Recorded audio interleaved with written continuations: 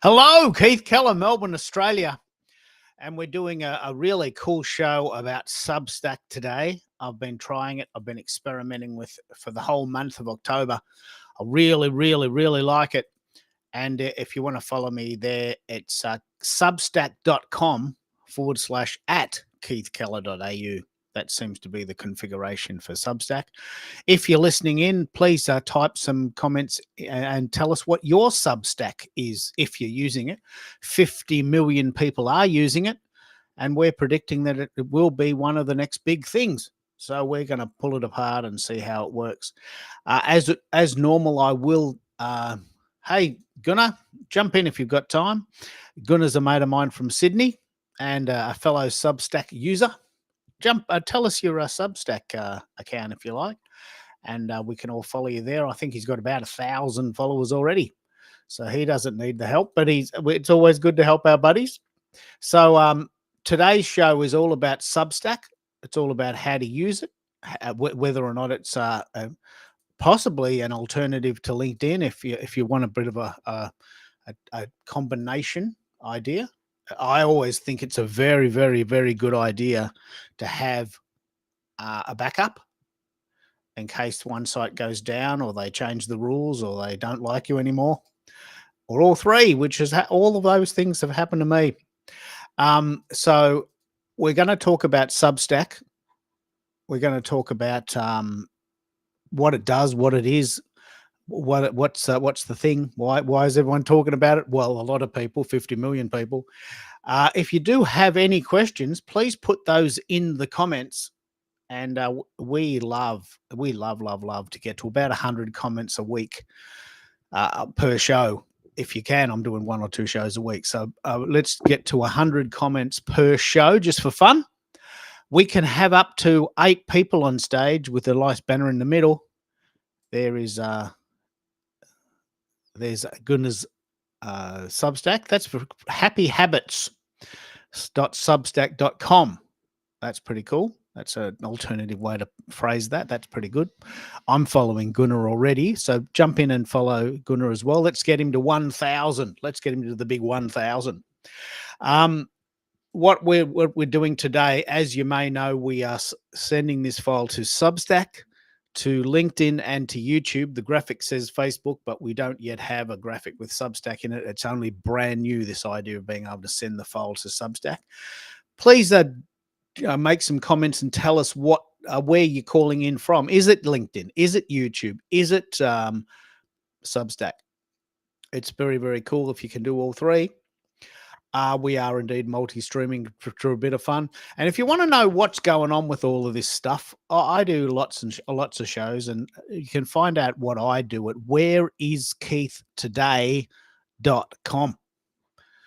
We can also position differently. I use LinkedIn for the corporate role and Substack for my side business as a book author, creator, and habit coach. This is good. This is very good. LinkedIn is not necessarily a great place for creatives. A lot of us have been talking about this, and I'd love to hear your thoughts on that. And if you've got time to jump in, Gunnar, I've sent you the link in your LinkedIn page and also your Substack page. So we've got room for up to 8 people. So what I usually do is for the first 5 minutes, I just ramble on about what the show is about. And if you've followed the show before, you'll know these shows go for hours and hours and hours, 5 hours last week. And what happens is I ramble for about 5 minutes and then someone turns up and we have a chat, and then that person has to go and do their thing. And then someone else comes. And last week, we had 8 people on stage at once with that sort of lovely Brady Bunch effect, which is what we're actually aiming for. So what I'll do, I'm going to just play a little bit of music now, and I'm going to go and sort of send this file to a few people. I can't talk by myself for more than about 2 minutes, but when I get the gang together, we can go for hours and hours and hours. So I'm going to just send this file to a couple of my buddies, see if we can get some conversation going. If not, no worries. Go and have a look at substack.com /at Keith Keller and follow me there.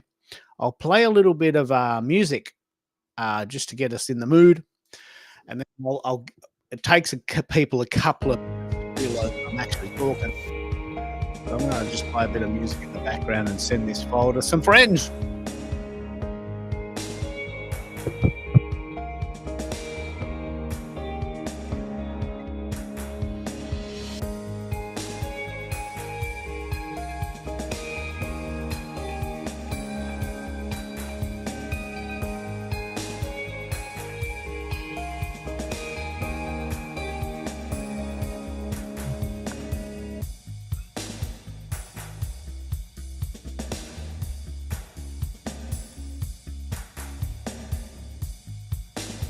Hey Gunnar, how you doing, man?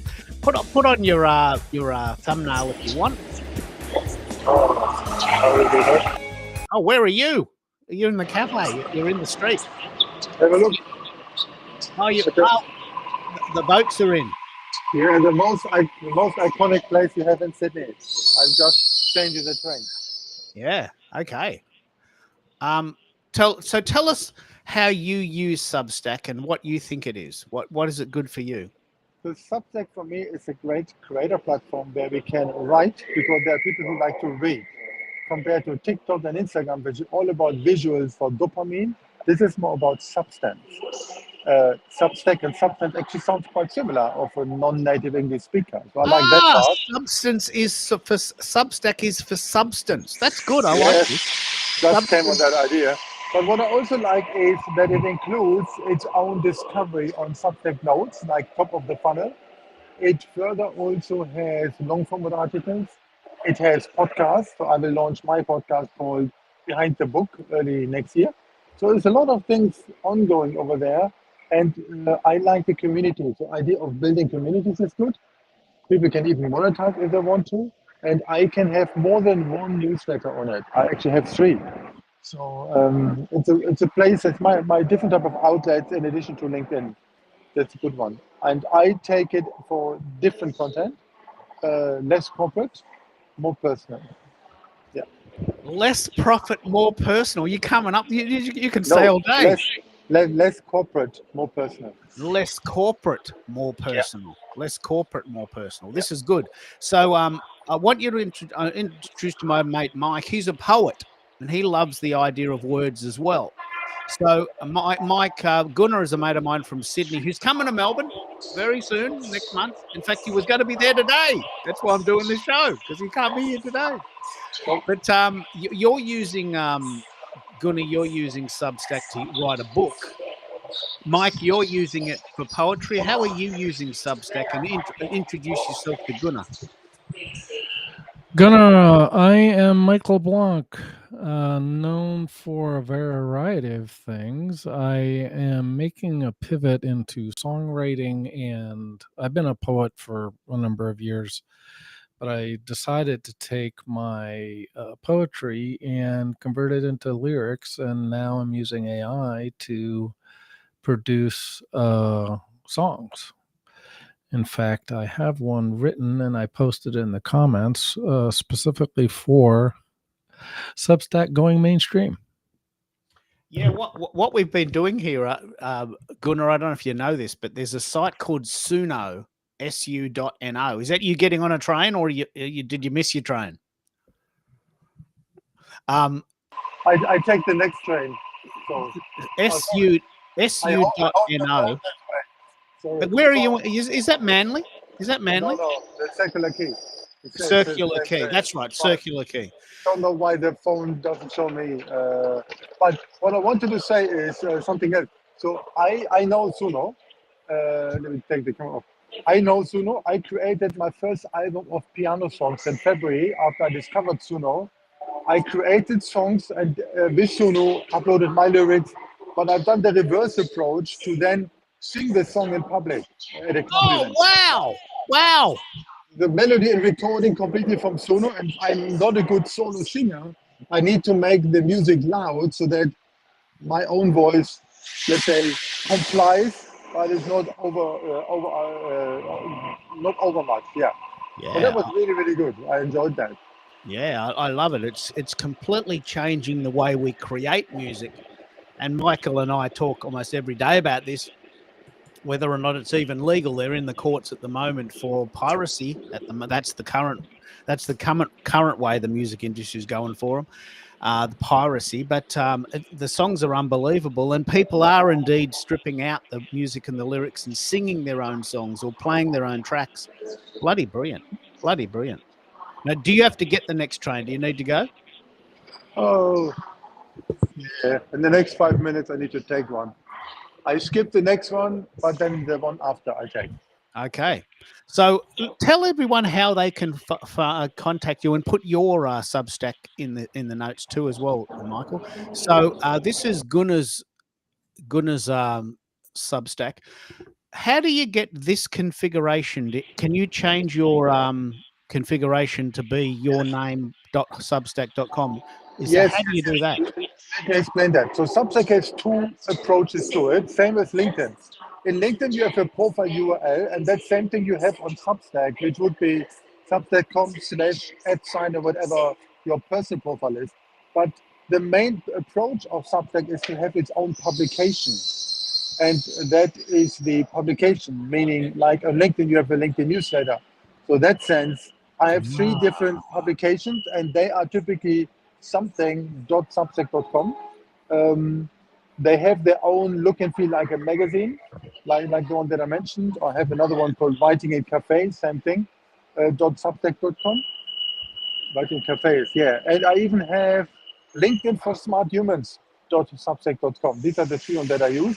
These are publications in addition to the personal profile. And recently, I think about maybe August, Substack came on the idea to create the profiles more appealing with a background image, similar to LinkedIn, but in the exact same file format as Twitter has. You know that by the Yeah. aspect ratio. But it's the opposite way, the pictures on the other side. So therefore, when I launched my last book, I created a background image for Facebook, for Substack, for Twitter, for LinkedIn profile, for LinkedIn page, and for YouTube. All different dimensions, all different rules of the same thing. Very clever. And Medium, I think Medium also has that. It's very clever because goes to MacArthur via airport station. I'm just listening into the the live commentary on life in Sydney. It's a very funky town. Have you done the hill climb, the bridge climb? No, but my neighbor below me is working at the bridge climb. He always talks about the rescue activities they do. I might share a very funky photo in a minute. So look, mate, I'll let you have the floor while you got, because I know you got to get the next train. Our shows go for hours and hours, so when you finish, you can certainly come back. I'm sending you some screenshots. Let's do a little bit of a blog post about this later today. I'm sending you one with your phrase, Substack is for substance. And I'm also sending you a screenshot with your link in it. And I'm going to work on how to do that today, because I think that looks cool. I think it would be lovely to have keithkeller.substack.com. That would just look so cool. I'm going to work out how to do that today. But yeah, tell us more about what you're doing, and when are you coming to Melbourne? I'm coming to Melbourne on Monday. I think it's the 24th of November, and Tuesday. I work in email marketing, and technically speaking, Substack is also email marketing. But I work at one of the most famous, impressive email marketing provider, ActiveCampaign. Oh, it's very impressive. Look, I've heard of it. Tell us about it. Yeah. Tell us about what it does for those who haven't heard of it. ActiveCampaign is one of the top 10 players, isn't it? It is, maybe even top 5. So what ActiveCampaign does, it helps particular small businesses to have, to create email marketing activities. That includes sending newsletters, but it includes also the whole journey of capturing leads somehow. Think about top of the funnel, even LinkedIn ads, Facebook ads, all of this one have a form where they can fill in something, people subscribe, and then you can nurture them, because what we know is only 3% of people are ready to buy now. Most content on social media smells like someone wants to sell me something, but you buy from someone after a while when that name pops up in your inbox. So that is where we can help a lot. But of course, when you see it from a small business point of view, it's not the only thing. They also would like to know how the opportunities are tracking. So ActiveCampaign also has a CRM built in as an add-on. So there's no need to get a big one like Salesforce, and therefore you can track all what's going on. Particularly to have this type of one view of a contact that I really like on it, and it's added with WhatsApp and SMS. It's a really cool platform. It has a lot of AI built in. I can say, can you build me a 7-day welcome sequence or a little email online course with this and these topics? And then it grabs my branding and it does everything. Not like ChatGPT only creates visual mock-ups, but it really Yeah. does everything under the hood, so that everything is running. So I'm amazed to work in that company. Interesting thing, 22 years old, founded by one person who's still the owner and CEO of the company. I do love it. I personally love the idea of an email sequence because, as you say, when you get these emails as if people want to buy from you today. Well, I might not be in the mood to buy from you today, but one day I will need what you have. But don't hit me over the head every time. Send me 7 or 8 really nice emails, and then when I'm ready, I'll have them in a folder and I'll come back to you. Most people are not ready to buy when you're ready to sell, are they? They come to you at Exactly. their own time. That comes from a research by a gentleman called Chet Holmes. He wrote a book called The Ultimate Sales Machine. That was 2012, and the number of 3% are ready to buy has been common. And it actually doesn't matter if it's 2% or 5%, but it remains in that area. And we know that some people, that's about 30%, they know they will never be the client. That's fine. We do not need to chase everyone. We need to chase the right people. And Yeah. that's where email comes into place. I used to work at Hootsuite social media, top of the Oh, funnel. wow. Yeah, for 3 years, I looked after agencies in Asia Pacific, and then I realized now getting into email marketing, and it's more in the converting area than just top of the funnel. So that's the beauty of that. Yeah, and my role is not to sell, so I work with marketing agencies and support them that they have everything in hand to be successful. And we always say we help small teams power big business, Yeah. and Look, that's what I resonate with. when you come to Melbourne, we'll have a whole session on this. We'll sit down and we'll talk about email marketing and Substack, and it's very, very cool. Now we've set it up. Now I know what we can talk about. I'll tell you a little bit of the secret. When I joined the company last in April, I started on Substack maybe just beforehand, 2 months beforehand, and I wanted to know if I can keep doing Substack or if it's perceived as a competitor. But it's not as a competitor. So we are watching that newsletter industry quite a lot, and that's good. But I'm empowered to have Substack and work in email marketing at the same time. Yeah. That's good. You want to get this one?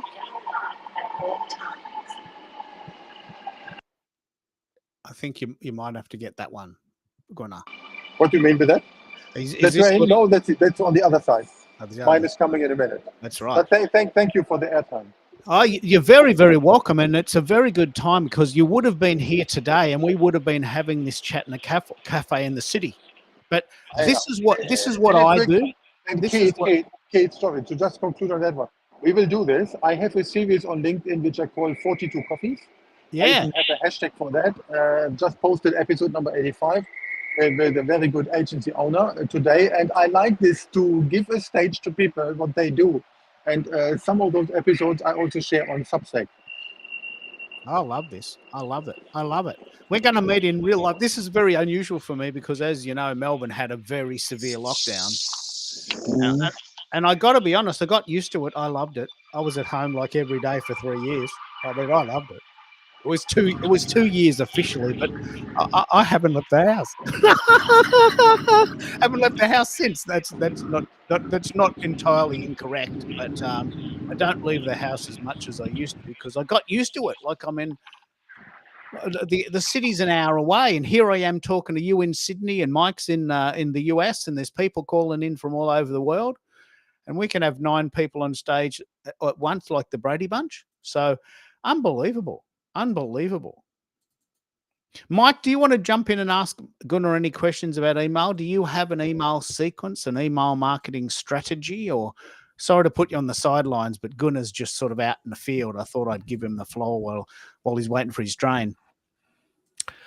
No, one of the advantages I think of email, because I use I'm on Substack as a creator, but also as a consumer. And I like the fact that I get emails, particularly of the people that I kind of really want to follow closely.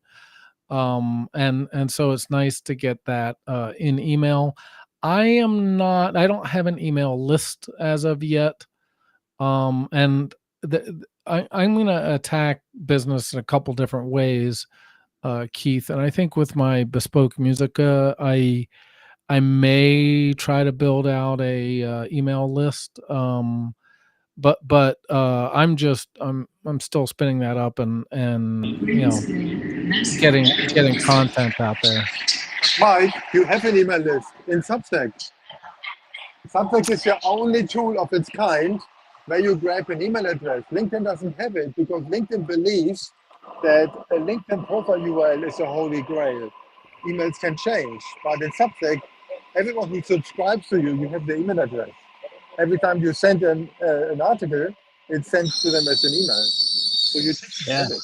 It's very good. So I guess as many subscribers as you have is your email list. So your email list is 900 plus. Mine's 47. So I've got my email list is 47 people. Yeah.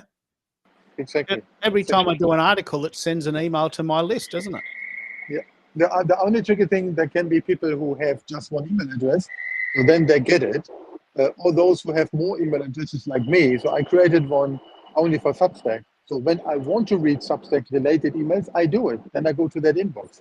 Oh, I love that. That's my regular one. For the history of Keith, I also have Twitter ad. I have LinkedIn ad, Medium ad, Maven ad for most platforms. So that what comes there should go there, but should not clutter my regular email. Yeah.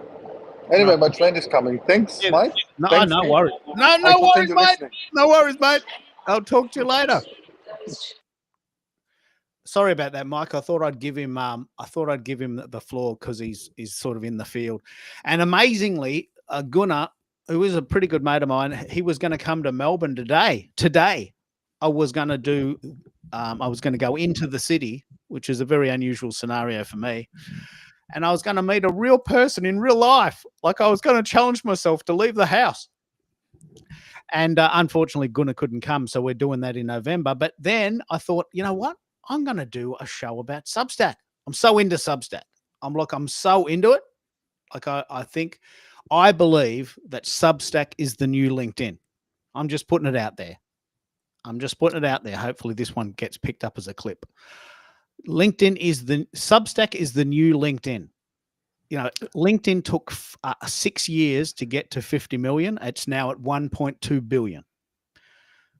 Substack took 8 years, right? So it's going to take a little longer, but it's got all of the ingredients of a really funky site that'll last forever. What do you think, Zaki? You go, Mike. What do you think? I'm going to make a prophecy. I think it's going to grow. First of all, I think there's going to be a fair amount of people that are on LinkedIn today that are not, because of the changes that LinkedIn has made. And in essence, they're going for a pay for play. So what I'm saying is they've made a number of changes to, in essence, reduce your reach. Or it's always been a challenge to get reach, right? So even though you have 10,000 followers, Keith, that your posts and comments and such are not necessarily going to all of those. That's not necessarily true with as you grow your subscriber base, even if it's not paid on Substack. So I think Substack and with notes and everything else, it's really built around the creator. I can't really say that of LinkedIn. And I'm, by the way, just for clarity, I have 2 newsletters on LinkedIn too. Now, one of the things I found out in LinkedIn is if you have newsletters or I think it's both articles and newsletters, they are searchable via Google. But all of your comments and posts are not. So you can post to your heart's content on LinkedIn, and outside of LinkedIn, you have no visibility.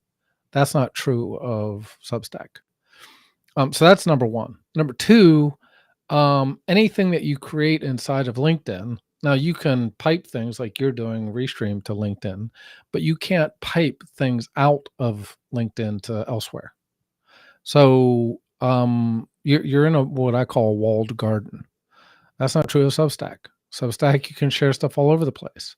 So I'm really pitching Substack, and it will be my hub, my content hub, including pushing stuff to LinkedIn because you can.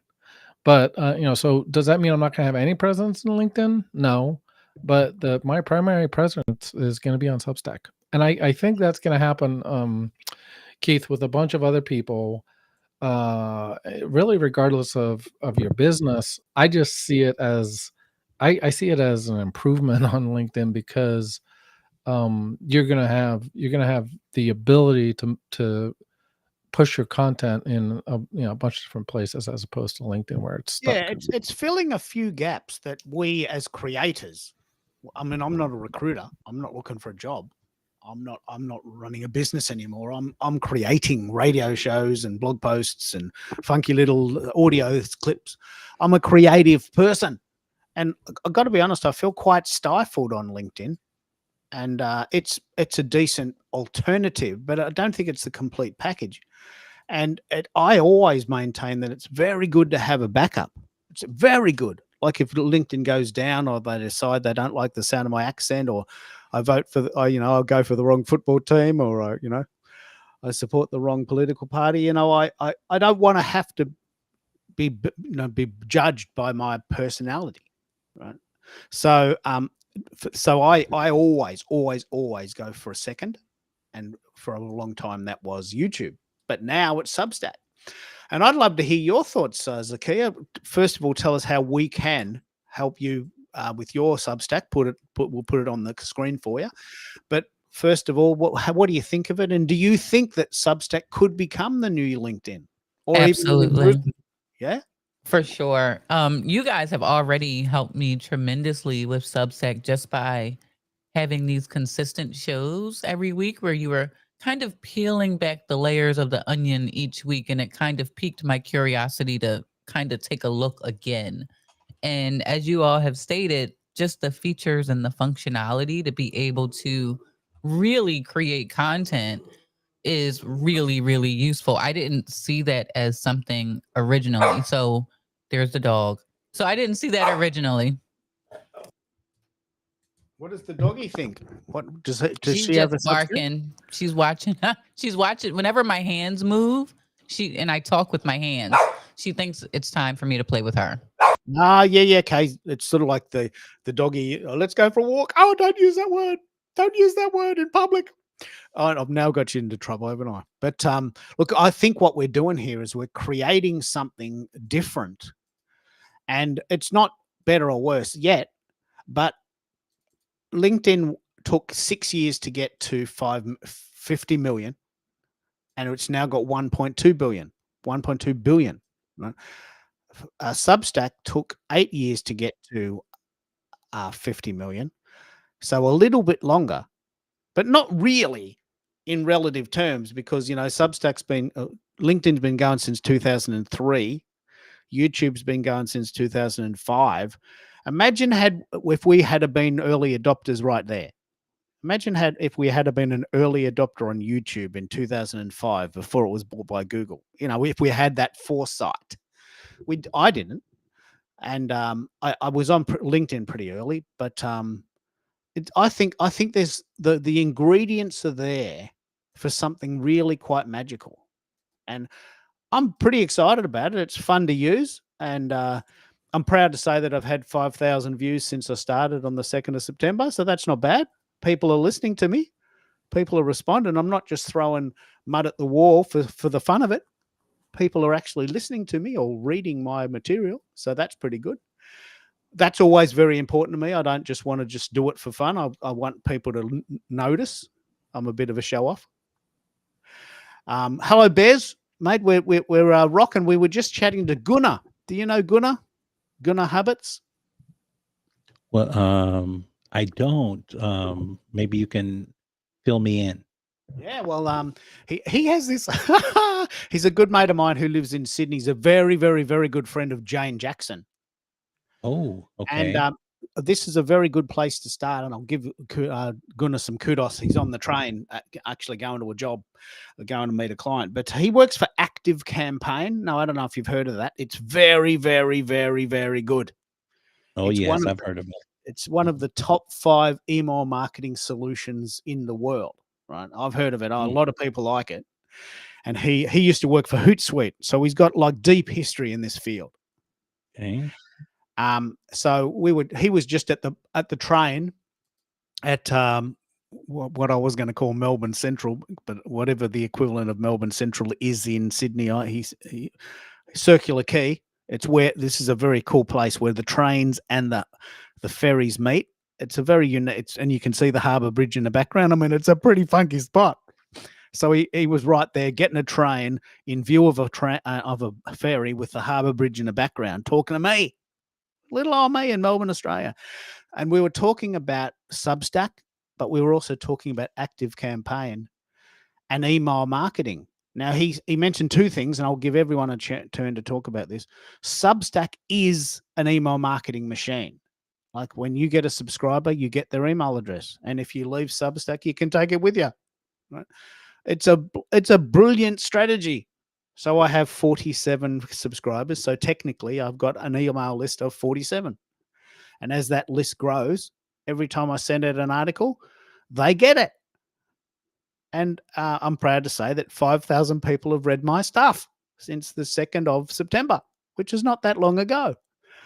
So you get stats and you get names, and it's just a glorious thing. It's a glorious thing. And I'm proud to say that it is indeed going. This is going to Substack as well. So they keep adding features along the way. But I want to drop back a bit just while we got Gunnar in our minds. Have you heard of Active Campaign and have you used it? And what's your approach to email marketing? I'll let you go first, because you had heard of it. What do you think? I have heard of Active Campaign. I am actually about to use Substack and Go High Level. So those are going to be my 2 primary things for email marketing. I am in the starting my journey on email, building my email list. So that's new to me. So yeah, those are, I do have a lot of connections and followers on LinkedIn, on Facebook, and on Twitter, but not on an email list. So I'll be on that journey to get people in on the email list. So more to come on that. I think you're probably a little bit ahead of me, but I'll be catching up, my friend. Well, one of the things that we were talking about, this is an extremely useful point of view. Gunnar would be an incredible person for your interview. He said that only 3% of people that get your emails are ready to buy today. Only Mhm. 3%. So what Active Campaign and Hootsuite and all of the big players do is they have what's called a nurturing campaign or a welcome series. So when I had my other show, Crack the Twitter Code, and I had an ebook, when people got the ebook, they got the ebook in the first email. Thank you for signing up. Here is the ebook, and let me know what you think. But the ebook had 10 parts, 10 episodes, right? 10 chapters, if you like. So on the second week, I'd go, hey, I don't know if you've had a chance to read the book, but here's chapter 1 again, and a link to the recording of what we talked about in chapter 1. Let me know what you think, and next week you get chapter 2. So for 10 weeks, people got an email from me to say, no pressure, just have a listen to chapter 1. It only takes 10 minutes. And here's the side note or the liner notes, and yell out if you want anything. I got heaps and heaps and heaps of speaking gigs out of this. And then on the 12th week, first week is hello, 12th week is let's keep going, and 10 weeks in between. It was like, thank you so much for being part of my community. Now, how can I help you? And I'll do regular shows about this, and just yell out if you ever need any help, and I'll be sending you a periodical emails about what I'm doing. I got so many speaking gigs from this series, Crack the Twitter Code. And it was I used Aweber at that time, but I have heard of Active Campaign. I've never used it myself. And the welcome series, I don't think Substack has this feature yet, but the welcome series allows people to gently introduce themselves to you. And then when they need what you have, they'll go, yeah, Bez, he's a dude. I need him. I'm going to call him. I've sent you 3 leads this week. I want to chat to you about this in a minute. So, because I know if I have anyone that's looking for a job, I just send them to you, because you're in my brain for that. You're in my brain for that. If anyone needs to know about Substack, hopefully people are sending them to me. Right? And if they want to come on my show, or they've got a show they want to go on, I'll go on theirs. So we have to help each other and keep each other in the loop. And that's what a welcome series is about. I'll hang with this for a minute, because I'm meeting Gunnar in person, and he took the time to meet, to come on the show. So what do you think of a welcome series? Zakia, have you ever tried that? Are you talking Yeah, to me? Zakia. Oh, Zakia. Okay, sorry. Hi, Bez. Hey, friend. How are you? All right. Awesome. So, Keith, to answer your question, I do use a welcome series. I have heard of Active Campaign. I used to use MailChimp. I now use something completely different. I have an agency license for email, so I use that.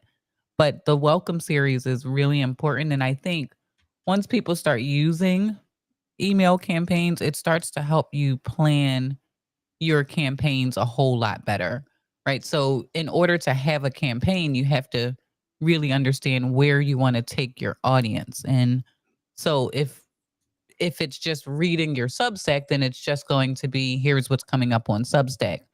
But if you are trying to offer them additional value in the form of digital products, physical products, coaching, whatever it is, you really then have to start to plan out, what does that welcome series look like, so you naturally take people on a journey and they want to open it, and they don't feel like they're being pitch slapped, right, with your email, like, oh, buy this, buy that, buy this, buy that. It has to be a really you have to deliver value, of course, but then constantly gently nudge them to the next part of your funnel. That's the true purpose of a welcome series. It's to kind of bring them into your ecosystem.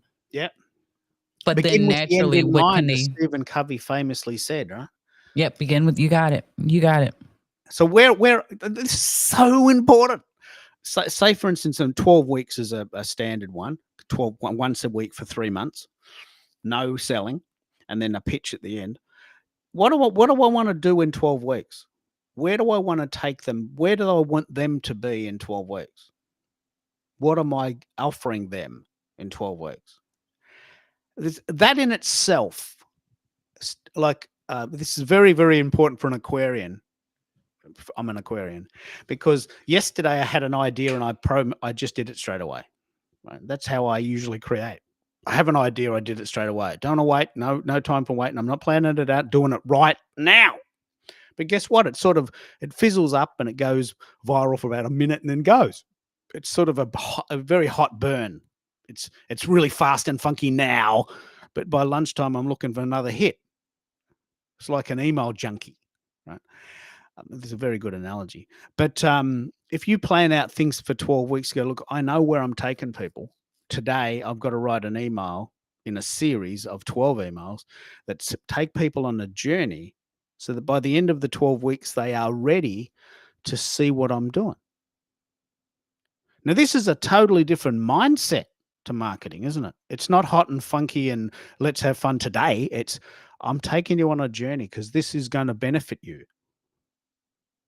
And I'd love to hear how you're doing that, because I just love the idea of welcome series and these long email sequences. I mean, in spite of what I've always said, I love them because it makes sense, doesn't it? It does. And I would push back and say 12 weeks might be a little bit long for a welcome series. Maybe over the course of 4 weeks. You can send more than one email in a week. I can give you an example. We have a craft show profit tracker. And the freebie that we offer is a craft show success checklist. So if you make products by hand, how do you prepare to go to a craft show? That's free. You get that. You download it by providing your name and your email address.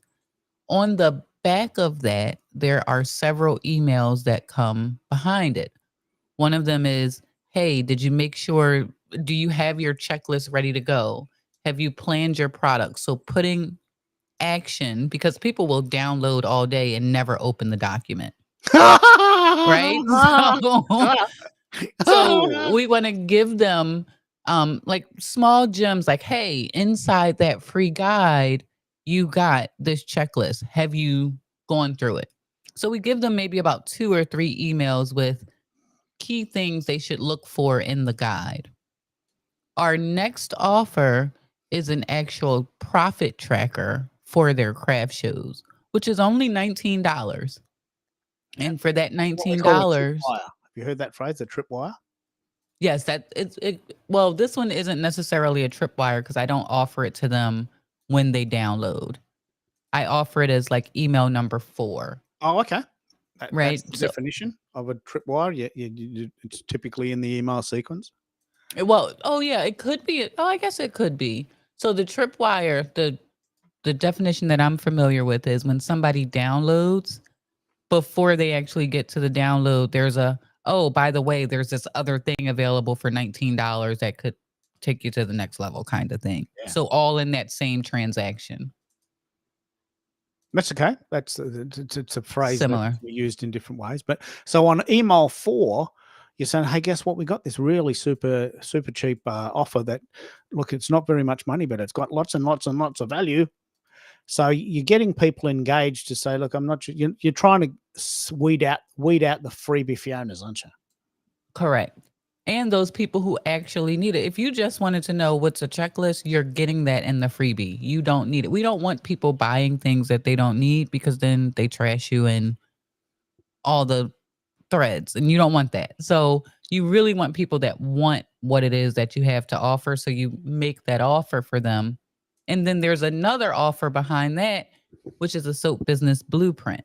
So now that's a full-on course, 12 weeks, blah, blah, blah, yada, yada. So it's understanding what are the pain points that you are solving for the audience and then working backwards to what are those products or services that you can offer to meet those, and then using the email series, whether it be a welcome series or a nurture campaign, to be able to bring them along on that journey and give them opportunities to take part in what it is that you're offering. Yeah, this is great. It's so good. Now, Active Campaign obviously is one of the players in this market. MailChimp is another one. Constant Contact is another one. Aweber is another one. And Substack now has a very basic form of email. What do you think? Let's have this chat. What can Substack do already inside without having to pay for a monthly fee?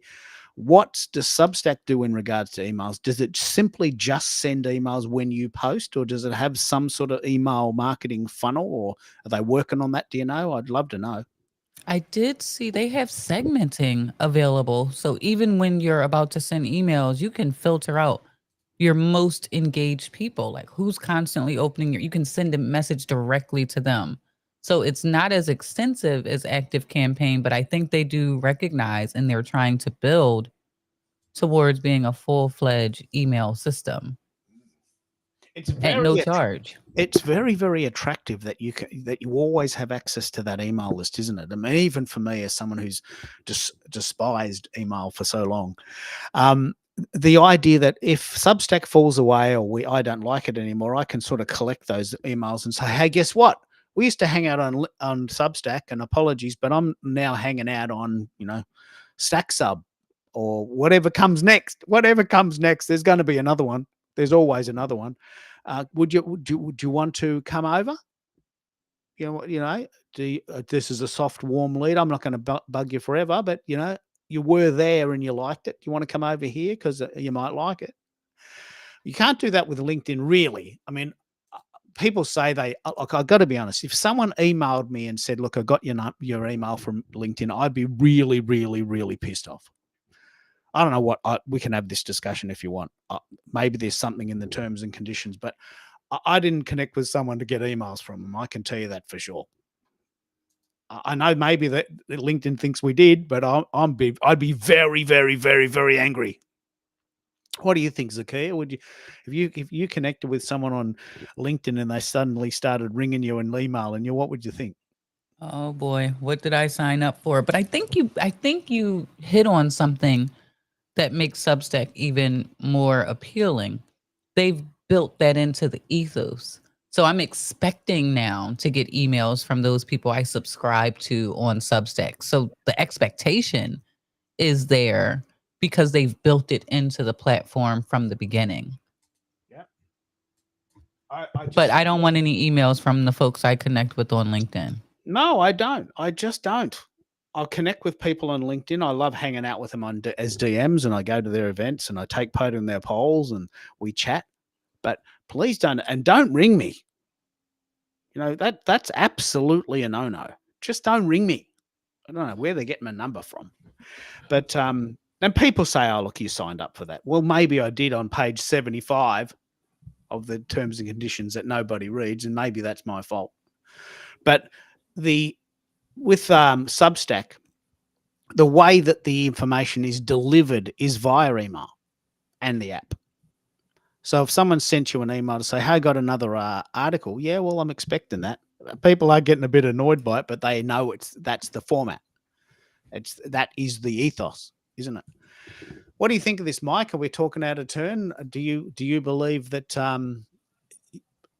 Substack's got it right with this email first strategy? How do you think? Do you get a lot of emails from people? It's not just email first. It's I don't know how to put this. It's choice first, because I can follow you without subscribing, so I don't have to give you my email right away, but I can get notified when you post. So, and then the other thing Keith, we haven't talked about at all is group chat. So, for each of your publications, you can have you can start a chat string, or what's the word? I forget what they use, but Thread. you can start call it a thread, don't they? They call it a thread. Yeah. So you can start a thread on your publication. To me, it's just it's built around both the content creator, but also the consumer, because you're offered choice. And yes, I understand the benefit of using the emails, and I think there is, I don't know, LinkedIn. I keep on going back to this concept of the creator. Well, really both the creator and the consumer having more control. The creator has a lot more control about what's seen. Apparently, notes is a huge way to get your visibility up. And then obviously, there's also collaboration, which I don't know, it's not built the same way in LinkedIn. And like I said, I don't think you have a lot of control over your reach. So I don't know. I see them massively different platforms, and to me, I think Substack has it right. Time will tell.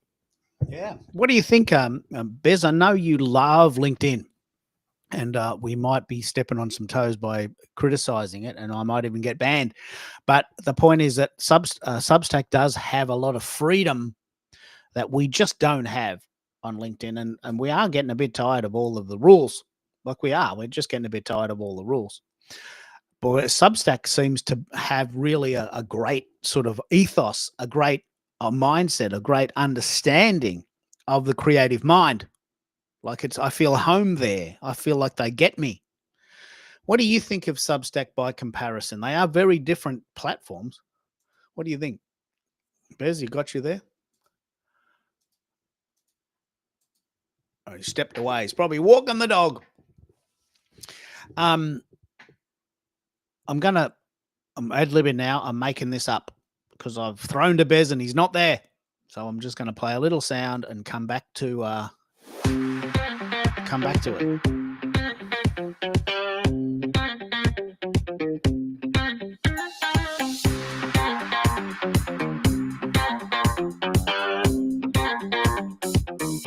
Okay, so we've hit probably almost an hour. We've been chatting about active campaign. We've been chatting about marketing and email. We've been chatting about LinkedIn versus Substack, which we will hold as a thought if you want to come back to it.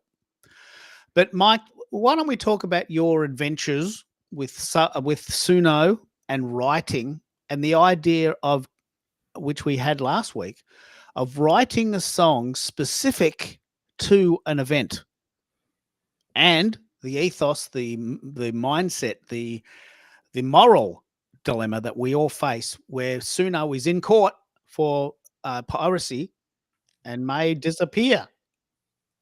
So what are you thinking about where this is all going? Well, I actually wrote a song about that.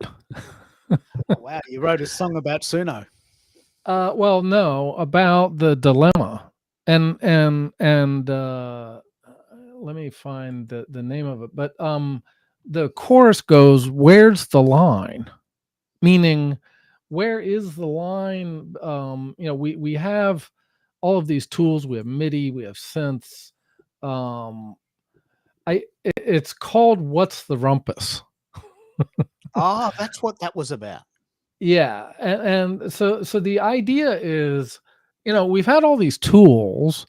Why are we so hung up on? Now, to your point, the lawyers are going to have to worry about how the training was done, and whether they're going to have to. I mean, it's actually it's pretty complex and pretty nuanced. And what I mean by that is, I understand, musicians and of course record labels wanting their pound of flesh, but where's the line? Like, for example, if I hear your song, Keith, and it's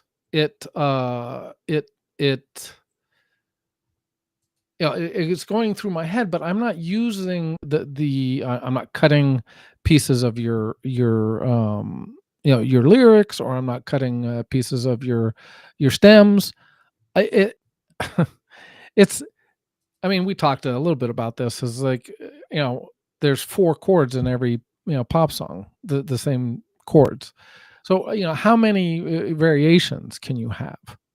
And I think part of it also is a bit gatekeeping. And what I mean by that is,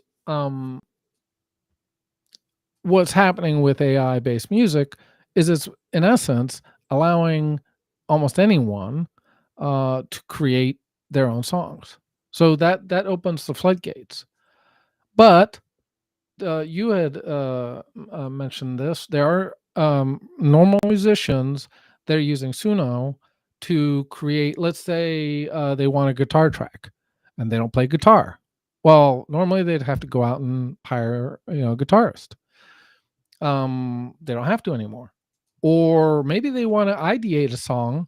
They're going to use Suno to ideate. Okay, I don't know. I want to create a R&B. I'm in the R&B mood. I want to create an R&B. I want to get the feel. So they create it. They don't use it, or maybe they only use, I don't know, the horn track and something else, and then they add their own vocals. And one assumes they wrote their own lyrics. So there's, to me, this is a toolbox. Now, going back to what you said, is where's that line? And that's that's part of what I'm asking in that song, is where is the line? Because like I said, we had MIDI, we have studio tools to be able to do all this other stuff. So one could argue, okay, so that what's happened? So the Suno, and there's another one that starts, I can't remember, I think it's an I. Udio? Yeah. So Udio. there's two. Yeah. So there's two that I don't know if Udio did the same thing, but anyway, I'm very familiar with what Suno is being accused of. So in essence, I think they used YouTube, maybe a couple others, and they pulled that down and then they sampled. Now it's not clear, was it the whole song? We don't know. that'll probably happen in Discovery or whatever.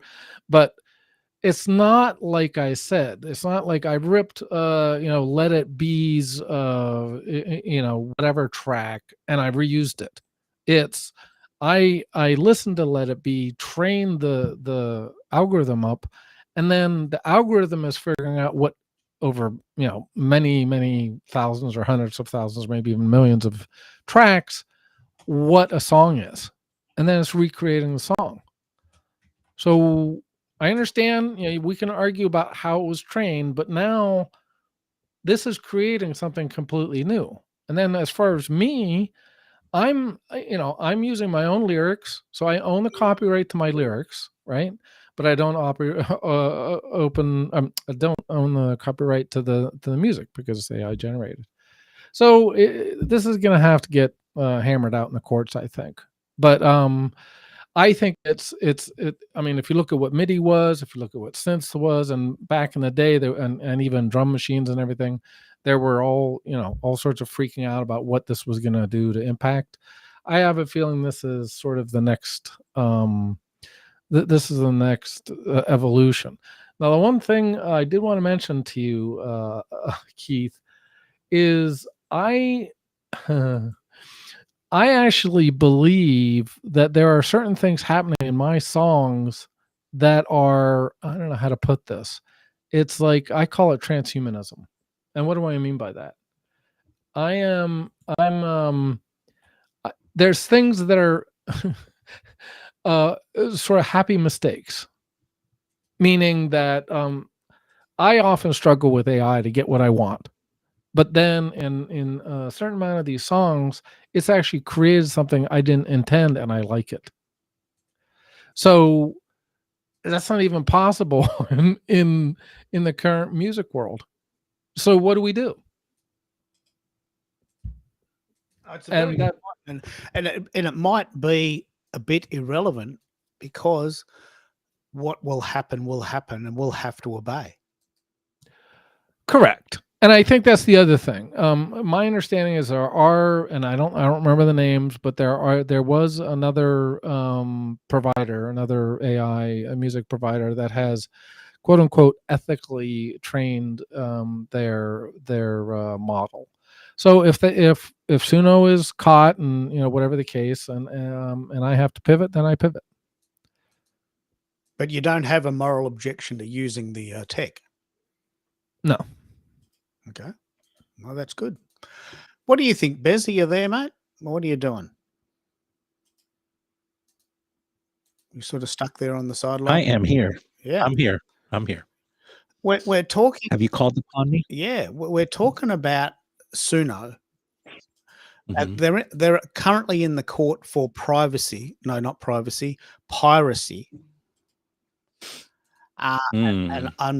I'm very cautious.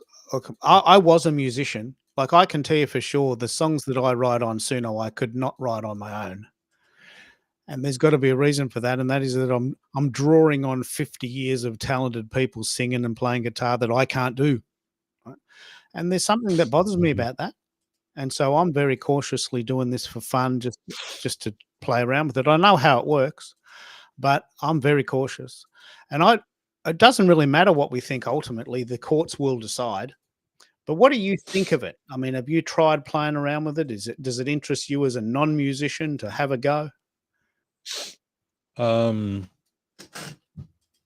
I do respect. So I've been through the Napster years. Remember Napster? Mm. And then LimeWire, sort of when the peer-to-peer type of where we were sharing and music. Remember those days, the MP3s? It's a little bit before my time, but I do get it. Yeah. No, you remember Napster, right? But it's not before your time, Keith. Come on now. he's hiding behind that. Well, I got to look. Let's play this out. I never used it. Okay. I don't know whether it didn't come here or I never used it. I'd never heard of it. What happened? Do you know what it is? What happened to me? What happened to me is I was a musician from 1982 until 1996, And one day I woke up and I said to myself, I am never going to make a living out of this. And magically, all my desire just disappeared into a bucket. I Okay. just woke up one day and I said, I'm never going to be able to make a living out of this. I'm never going to be able to buy a house. I'm never going to be able to afford a nice car. And I lost all interest in it because it Okay. wasn't a hobby. I was into it or not. It Right. wasn't a hobby. I wasn't doing it for fun. So from 1996 until probably 2020, I stopped listening to music. Oh, wow. Just stopped, just dead. Right. And that's possibly the Napster period. So it's not that it was before my time. It was like I Yeah, was a bit in a yeah, bit of, yeah. like I know the story. I wouldn't have used it. I know I would have had a moral objection to it as well. And the courts proved that that was wrong. So the court And, proved that that was the wrong thing to do. But plenty of people were using it. Like plenty of people were using it. well, think about this. Um, the Prince, right? The artist Prince, or the artist formerly known as a symbol. You remember Yeah, of him, right? course. You know that if there's anybody that fought the major studios and the and the um and about, he protected his music. In fact, if it showed up on YouTube, he would sue YouTube. In fact, until his death, you can find his stuff on YouTube. I mean, you could find stuff, but it wasn't his music. People would do all sorts of funky stuff, but any of his stuff, you couldn't find it. Yeah. But yeah, I am empathetic to that, and I'll tell you this. I don't know. I mean, uh, um, I mean, I'm not an artist. I don't really use Suno, other than maybe I'll do a jingle there or Yeah. whatnot. But I it's not my area where I operate. Yeah, it's not your So vibe. yeah, As a I creator, don't know. like I mean, Yeah. I said to some friends, if you want money, get a job. If you want to create. I believe a hobby and a business shouldn't mix. That's my opinion. I don't believe you should mix them. If you've got a hobby, have a hobby and love it. If you want money, have a job. Right? Now, some people can do both, and good on them. I can't. When I try to make money out of my hobby, I spoil my hobby. Then what do I do for fun? What do I do for fun now? The thing I love doing is a job. Now what do I do? Makes me sick. Makes me feel sick. And and I'll tell you this, everybody, Mike, Zakia, you, myself, will have different opinions of Suno and all this tech and how we view it, because we all have our own bias and come from it from a different standpoint, right? Yeah. You come from a musician standpoint. Mike comes from a different standpoint. I come from a different standpoint. Zakia comes, and so we'll look at it differently. Now, are we wrong? Are we right? I don't know. That's I think you have to sort of figure that out on your own. Now, not the outlier, but the other factor or variable is, what will the courts think? That's what And I will be will, the case. What will the court think? yeah. And here's one thing that was sort of out there when Andy Warhol's picture that he did, of the when the photographer from Vogue took a picture of Prince, and then Andy Warhol did his own interpretation of it. They ruled against the Andy Warhol estate. I thought they were going to win because I thought it was transformative. It was different, you know. But I talked to a lawyer friend of mine that is really into this area, and he said, "As is sometimes not always. Sometimes the one with the most money wins, is because that's you sometimes think justice as is scales It's are like are poker. It's fair. like poker, isn't it? Yeah, sometimes it's not. They becoming I But anyways, they had their own interpretation of the law. They ruled, and it was quite interesting because I was watching that case, because it had a lot of implications. When it comes to music, there's always lawsuits going on around music, and like, did you play my chord the way I did it and stuff? Like, I mean, there's only so many chords and combinations, and it's inevitably, but people do sue each other, and lawsuits will go on for years and years and years in the music industry. Yeah. And Well, Mike's got a very interesting story. I mhm. want to pick up on this. A friend of, I don't want to put words in your mouth, but Mike, you've got a friend who has massive, massive, massive views on LinkedIn. Sorry, on Spotify. Can you tell us that story? And if you know the numbers behind how much she's making as a result? Well, I have not asked her the money. And I actually did a little bit of investigative work, Keith, and she's averaging on Spotify around 30,000 listeners a month. Yeah. Now, if you do the math, that's somewhere around between $600 and $1,000. So that's not a lot of money, depending on what you're used to making. But she's actually better known, Keith, and I didn't really mention this. She's been in the AI world for quite a while, and she's mostly a mid-journey artist, I call it. Ah, And yeah. so she's done she has quite a catalog of Midjourney art. Now, what she's done, of course, is then kind of taken the next step and used, and she's done some videos. She's done some really incredible stuff, and she's done some collabs. So it's in essence, and you saw the one video that I've done. AI isn't quite there yet when it comes to producing. I mean, I did Kling, which is pretty cool. But anyway, long story short, I think within very soon, and Sora and others are already creating. I don't think we're at a place this minute that there's going to be a full length AI produced movie, but it's not going to be that far away. Yeah, And but at some point, you've we taken won't be me able to tell. I asked you a very specific question, Mike. Yeah. I asked you a very specific question. Let's come back to the topic. Sure. So she's averaging around 30,000 views a month. Okay, so that you get 0.003 of 1 cent. Yep. For that. So that's about $100. I thought I did the math and it was around 600. It's Maybe not. I'm wrong. It's 600 for the 200 per month. Yeah, right. Yeah, So, yeah. So 30,000 plays is about $100 a month on Spotify. Yep. No, that's okay. Yep. That's $100 to pay your internet bill. Yep. But my gut feeling is you've probably spent more than that making it. Yeah, but again, that's an average. Her top play was, what did I say? 297,000 plays. But you know what that is? That's $800. Yep. But what I'm really interested in, this is because does she use Suno to create that music, or is she does. Okay. She does.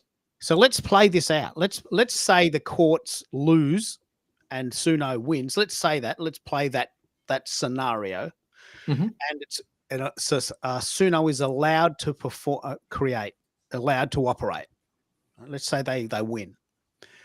And we go forward from 2026 and they've lost that case and Suno goes forward. How did she do it? How did she create music that got 297,000 plays? I mean, everyone wants to know that question. Like, I mean, you probably haven't asked her, but I want to know.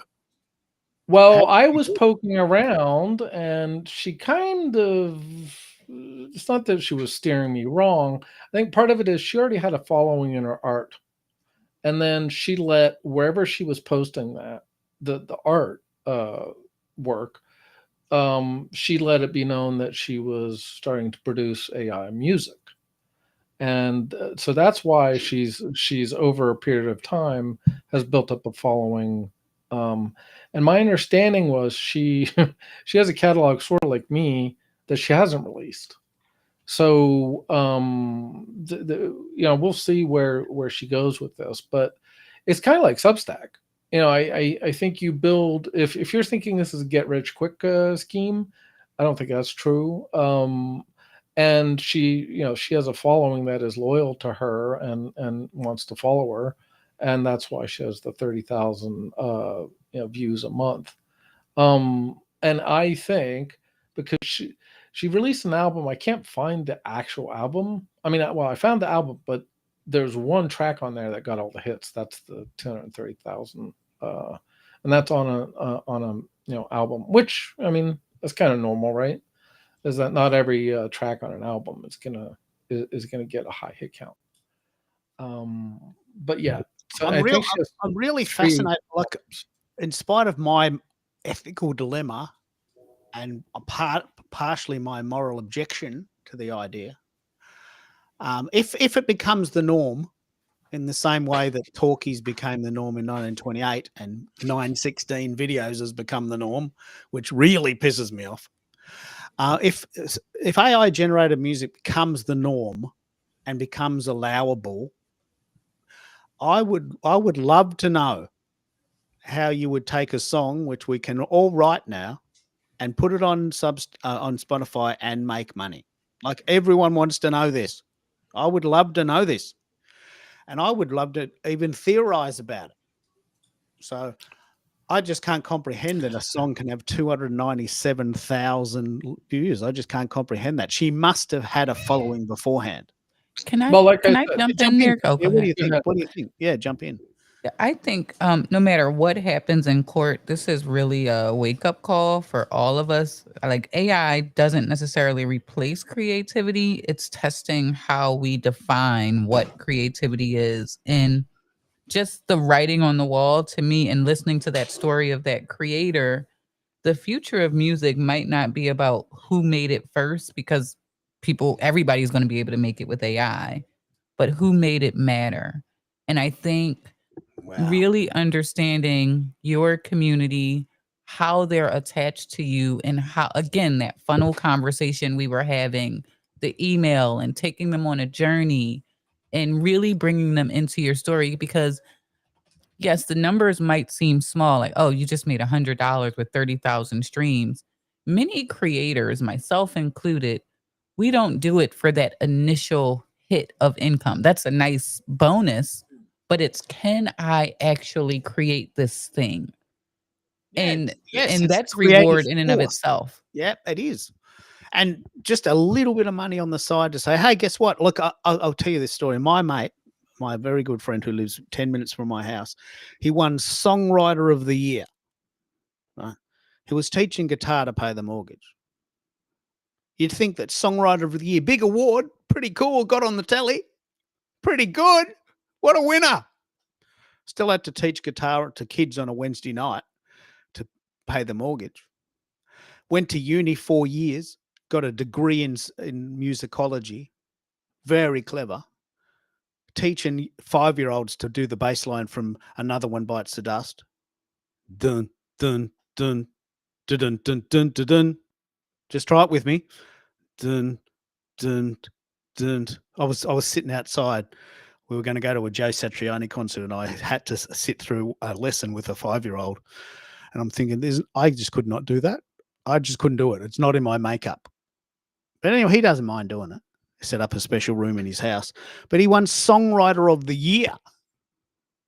Still teaching guitar to 5-year-olds to pay the mortgage. It's not right, is it? You know, you become a doctor in 8 years, you're earning $100 an hour, maybe every 15 minutes. It's not right. I'm not saying musos are as clever as doctors, although they probably are. They're not probably helping humanity as much, but you know, it's a dichotomy. And so what you're saying is, it doesn't matter about the money. I made this thing and it's mine. Now, unless you're a creator, you cannot know what that feels like. You cannot know what it feels like to make something on your own. I wrote a song. I put it on a cassette. I sent it away. You can't know. Keith, part of me is I have a passion to get this stuff out. I have a passion to get the poetry out. I can't stop myself. And so when we were talking about this, I came up with this, what's the rumpus? And actually, it helped me sort of figure out my thinking on this. And I wanted to not correct, but add nuance to what Bez was saying, in that Napster was a direct ripoff of the song. So, meaning you were actually pirating that song. You weren't feeding that into an algorithm and then creating a song out of the algorithm. Now, I'm not arguing, and I want to push to the side for a second the training, because in essence they're saying it's fair use, and I don't know enough about how they trained it. Did they use the whole song? Did they use bits of the song? So I don't have enough information to make a determination. I'm not a lawyer. Well, can I set a challenge? I Sure. wrote a song. I wrote a version of Substack is going mainstream. Now, I'm not going to say anything, but you tell me what you think it sounds like, right? And at the end, if you haven't guessed it, I'll play it again. But this song is almost a direct ripoff of a very, very famous song from the 70s. Have a listen to this. Yeah, Substack is going mainstream. From a niche to a digital dream.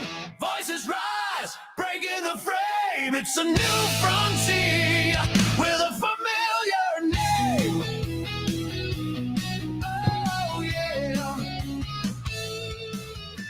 It started as a whisper, a spark in the feed. Creators find their voice and created light speed. We are scaling up without selling out. Gentle souls finding an audience without having to shout. It's still very early in these golden days. The crowd's not too loud and the tech will amaze.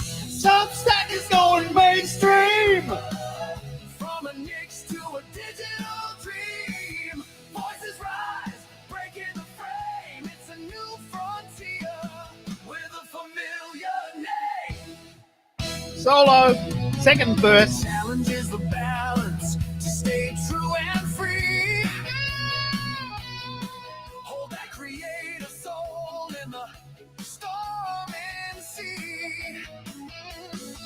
2025, the year we decide how far the wave goes, how wide the tide. Can we scale the map without losing the art?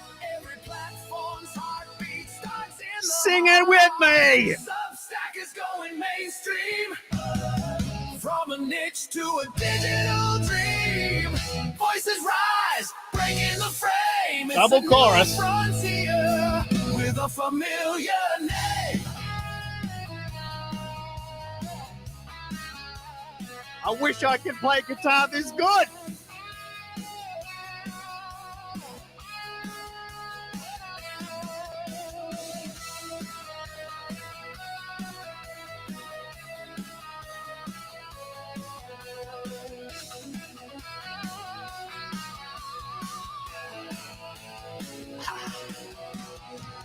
Substack is going mainstream. From a niche to a digital dream. Voices rise, breaking the frame. It's a new frontier. Double chorus. With a familiar name. Substack is going mainstream. From a niche to a digital dream. Voices rise, breaking the frame. It's a new frontier with a familiar name.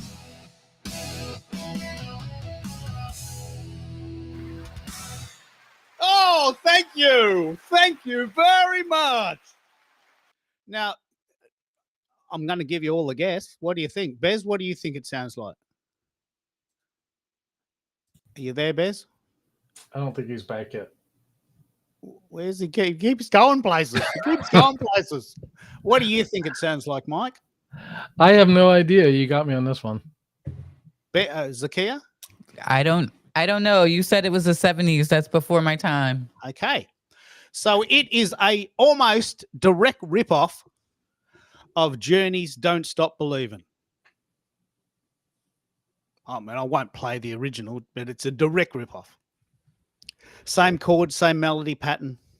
So close, I was almost embarrassed to play to play it. So what does that mean? I just wrote Journey's follow-up single. They're still going. If they do a reunion tour, that could be their new song. How's that fair? I can't do that. I can't do that personally. I can't do this. I can't play guitar that well. I can't sing that well. I can't play drums like that. I couldn't perform at that level on any instrument I've ever tried. So I've got a very unique perspective because I used to be a musician and I was never that good. So now the question is, if we're hearing all these songs, we've got to ask, are they even writing them? Because I want to give you a bit of an indication here. Two things have happened. I still don't know exactly what's happening, but a couple of people have been sending me messages. It looks like the show on LinkedIn has stopped. I think LinkedIn is very worried about Substack, and they won't let me talk about it. And this proves my point. This is not a very harmful discussion. It's not politically motivated. I'm not saying anything out of turn, but LinkedIn, for some reason, it might be a coincidence. Maybe the internet went down, but out of nowhere, my show stopped on LinkedIn when I stopped talking about LinkedIn and started talking about a competitor. How is that fair? How is that creative? Right? How is that good? Actually, Keith, does LinkedIn tell you when you get a quote unquote strike, or no? In this case, they don't. I have had shows just stop. No, this is my point exactly. How can I run a creative enterprise for money or not if every time I do a show they stop it? I mean, what's that about? Well, the other thing, just for clarity, Keith, I've been in the midst of, and I'm on quite a bit of LinkedIn lives, and it's not that the live stream fails. It's my user interface is reset. So is that LinkedIn? Is that, and I have a very large internet, so I don't believe it has anything to do with my internet. So and I know other people, not maybe as much as I do, but I'm also on a lot of LinkedIn lives. So absolutely, you can't put all your eggs in one basket. Go Jump ahead. in, Zakir. What do you think? Is it wouldn't even let me add the LinkedIn as a destination. When I tried to do it, it just said failed. You know, you can add channels here on Restream. Yeah. It said failed. It would not allow it to go. So there may be a LinkedIn problem, but I think it's the title. Yeah, I know. No, it's no doubt that's the title, but in a way, it's the point I'm making. I'm saying that Substack is a thing. Why can't I say that? You know, this is not 20. This is not 2050 in Hungary. I mean, it's not the Stasi. I mean, I'm just a person in Melbourne, Australia, making a comment. It might be just completely. What happened? What happened? I just came back. I missed something. What did I miss? You missed a lot. You missed the whole show, Beth. When did you leave? 8:05 to 8:22. Okay, so what happened? Well, what did you miss? What were we talking about when you left? It was 8:05. I can't remember. Did we play the song? He did a direct rip off of Journey. No. Don't Stop Believing. Oh no, I got out before you did that. So what happened? So two things happened. One is about 20 minutes into the show, just almost immediately after Gunnar left, the show is stopped on LinkedIn. Oh, it did? Right. Which proves my point. What happened? It's not working. It stopped. What's not working? It's not working on LinkedIn. Is it working for you? I actually saw your live stream on Substack. Yeah. So I didn't see anything. I wasn't looking on LinkedIn, but are you saying it's not on LinkedIn right now? It's not playing. Yeah, there's an error message that says Sorry, something went wrong. It looks like the event you are looking for is not available. The link you followed is probably broken or the event has been removed. What did you do? Did you violate some terms and conditions? He Well, said, "Is Substack replacing LinkedIn?" That's the problem. I said about 20 minutes in, is Substack the new LinkedIn? Oh my goodness. You hurt the algorithm's feelings. Yeah, but It's becoming but, sentient. but What So did it call it? apparently in America's Canada listening it's on working. LinkedIn. Apparently it's working in Canada. Good old Canada, we love you. What? We love you. You'll What? love this, America. My wife played curling the other day. My wife went curling. I think that's a Canadian sport. She got all dressed up and she had like sub-zero temperature clothing on, and she went inside this room and she threw this really heavy weight along the ice. I think that's a Canadian game. I couldn't go. We couldn't comprehend what it was about, but she had a lot of fun trying. So Canadians, we love you. It's working in Canada, but look, I don't mind. I'm just a guy in Melbourne, Australian, with an opinion. I'm not very radical. I'm not hurting anyone. So all I said was, is Substack the new LinkedIn? And my show got taken down. I mean, is that fair? Who cares what if it's fair? It happened. Hold on, Keith. I'm trying to get on another LinkedIn Live and I can't get on. We may have a LinkedIn problem. Maybe LinkedIn. So, okay, there's two things here. Did the Blue Jays win, America? Are you pretty excited? Did they win or are they winning? Australia played cricket yesterday against India. We lost, but so I get you. We'll use a sort of a baseball cricket analogy in a minute. You probably don't understand how cricket works. I don't understand how baseball works. But either way, this is a very, very, very, very good point. If LinkedIn goes down or any site goes down for any reason, isn't it a great idea to have a backup? To me, that just makes sense. I planned this show a week ago. I sent 1,000 invitations. Some very famous people said they'd come. They might be in the audience. There's 2 people listening. Hello, if you're listening and you're very famous, please tell me who you are. Apologies if you can't hear me. So how can I run a creative enterprise if the things keep going down? I mean, It's not working on my side. It's not working. It's just fucking bullshit. I mean, it's bullshit. I mean, how can I run a show if it doesn't work? I spent a week of my life planning this. I sent 1,000 invitations. My reputation is on the line, such that it is. It's just not right. What happened? Maybe another AWS outage. I don't know. But is it working? This is a very important point. Is it working on Substack? Does anyone have a link to that? I think it is because, and I might try this. I was a bit annoyed by it. I kept going to Substack and I kept hearing noises, but I couldn't find where the actual event was.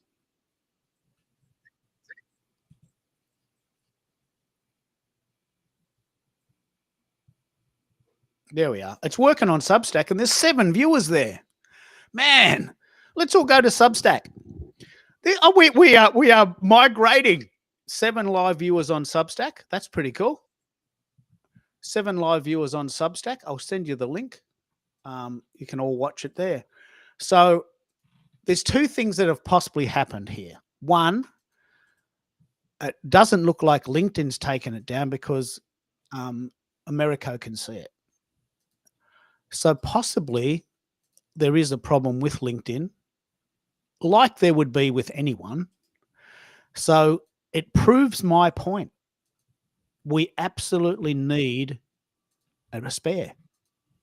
We absolutely need a spare. What do you think, Zakia? I'm sending you the Substack link. We absolutely have to have a spare, don't we? Absolutely. And I'm already over there on Substack.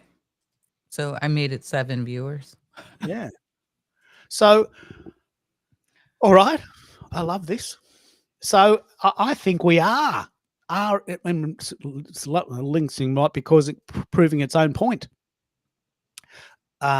if LinkedIn keeps going down, and it has gone down for me several times, not just the once, things happen. Like Americo and I have both been victims of small man syndrome, I guess, in the sense that we don't have a strong enough following to warrant. There might be a big event on, and maybe all the bandwidth is gone, or maybe the person that's pushing the bike is having a break because our internet's so slow. We have to have like a whole team of people riding bikes in the basement. I don't know, but I'm really quite fascinated by this because we have indeed got 7 viewers on Substack. So I'm listening now. Hello, Zakia. She's said hello, Substack. So come and join us on Substack. If you're not on Substack, I'll send you the link. If you're not on Substack, you're probably not hearing me. There's no way to look at me if you're not on Substack. But one thing I've always wanted to know here is, if you don't have a Substack account, can you see people's posts, or is it only available to subscribers or followers? In which case you have to have an account. Does anyone know that answer? Well, I'm not signed in. It's complicated, but I'm not signed in at the moment, and I can't get on the Substack live. All right. I have to be signed in. What I'm really interested in, this is quite an important point.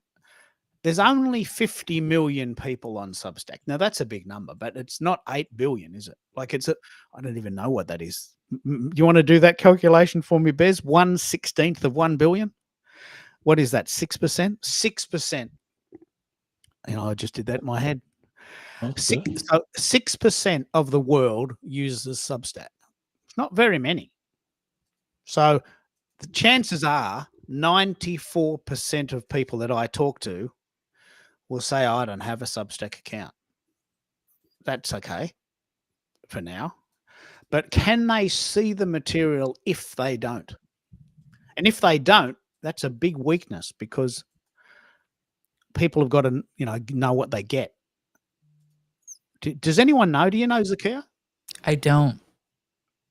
Because I've often sent people SoundCloud files, and they've said to me, "Look, Keith, I can't read it.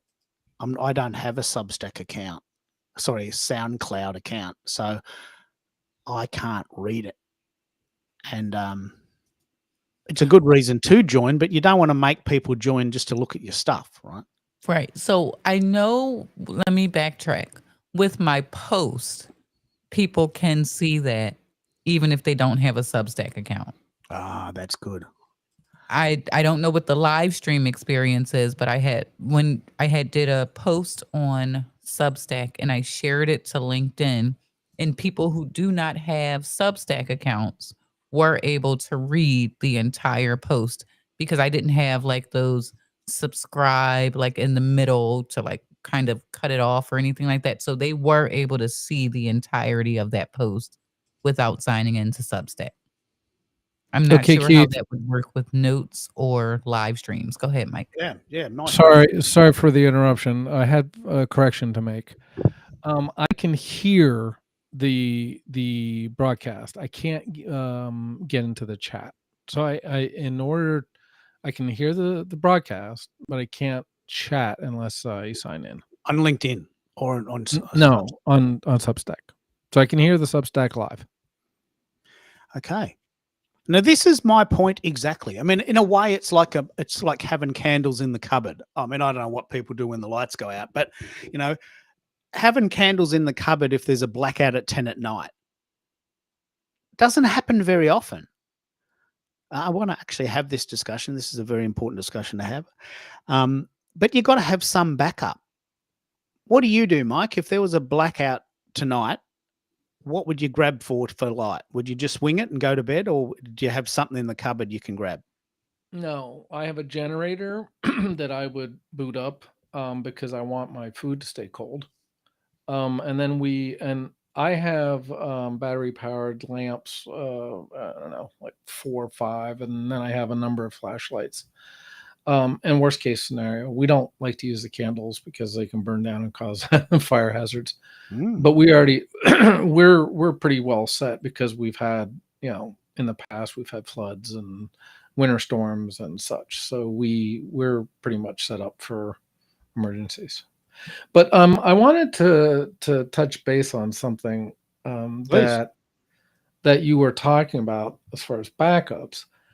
There are not 80 we don't have access to the billions on LinkedIn. Again, I want to be clear. They are controlling and throttling our exposure. So, first of all, in order to invite people, you have 1,000 invites, and then you only have that. There's limited exposure when you post about an event. That doesn't go to all of your network. It goes to, I forget what percentage, but goes to the percentage of your network unless you invite them specifically in DMs. So, or unless you boost it, which costs money. Yeah. So I guess I don't know. I mean, and to your point, what happened tonight? It by the way, it seems to be, like I said, I had another live that I tried to get to, and it's doing the same kind of thing. It's like it can't get to the live.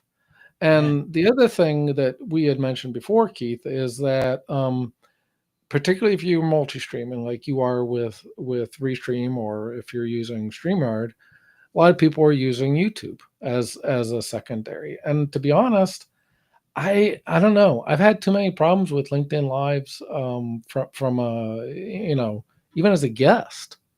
So I would absolutely, as a matter of course, on either Restream or StreamYard, I would be sending it to at least one other stream, because I don't think you can. Unfortunately, I don't know if you can trust it. No, I totally agree. And hello, Serena. Hello, Lynn.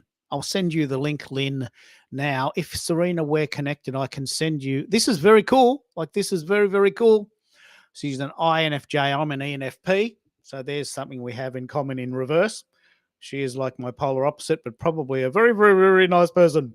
So continue without pledging. I'm going to follow you now. Serena. Okay, sorry, now I know who you are.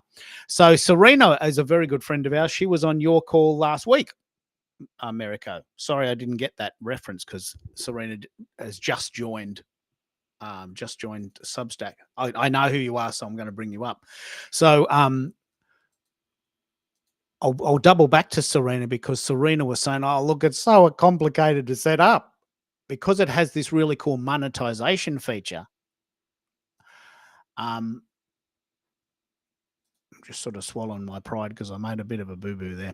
So Serena said, oh, look, I might try and see if I can get onto Substack, but it was very, very difficult. So what I've decided to do, I've decided that I will not turn monetization on until I get to 100 subscribers. If I get to 100 subscribers, because I've been stuck on 47 for about 3 weeks. So please, if you're listening, please subscribe so I can get to 50 at least. I've got a little badge ready for that. So let's follow each other. I'm trying to do 2 things at once. So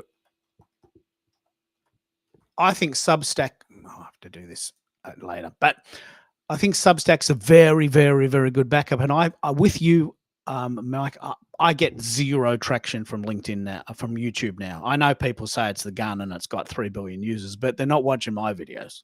You know, I've got 260 subscribers. No one's watching my videos there. So let's take a break here and talk about backups. Mike's got a very good setup, and this is a very good reset for what we're talking about. You've got to have a backup. If the power goes out, you've got to have a flashlight or a generator. What do you do, Bez, if the light goes out there in rural Georgia? What do? Do you have candles in the cupboard, or how do you get by? Where are you, Bez? Come on, man. I mean, I've called you 3 times. Where are you? The lights have gone out. He's lost power. Mate, where are you? I think he lost power. What do you do, Zakia? I definitely have the candles, but in terms of a digital backup, I have been using Restream, and it goes to Facebook, Instagram, LinkedIn, and YouTube. And at some point, I'll have it going to Substack when I figure out what I want to be when I grow up over there. Oh, it's very cool that we can do it. You can do it. You can definitely do it. Yeah, the idea of the physical backup. I think there's something in the mindset that is comforting to know that if the lights go out, do you definitely you would, I guess, use candles? Yeah. Yeah, I make them, so I definitely have plenty. Yeah. Do you have any sort of powered lighting, or does candles provide that initial boost? It provides that initial. Luckily, we don't have too many power outages. I know Hurricane Melissa is coming through, although that's in Jamaica. It might hit New York. It might hit here. So having those initial candles to light, but then we do have a generator as well for the refrigerator, stove, and things like that. Excellent. I'm ad-libbing now because it's just completely thrown out my world. So I'm trying to get my head around baseball. I'm throwing around because America has said top of the second. What does that mean? Second inning. How many innings is there? 9. 9. Okay. 9 unless they go into overtime. Just someone would give me a bit of a debrief on baseball. I have no idea how to play it. I have no idea of the rules. Well, you have 3 outs, and there's a number of ways you can get out. And then you make as many runs around a diamond, around 3 bases to back to home. So you bat from home base, you go around first, second, and third, come back to home, and you score a run. Okay. And the person with the most runs wins, right? And there's 9 innings each team, right?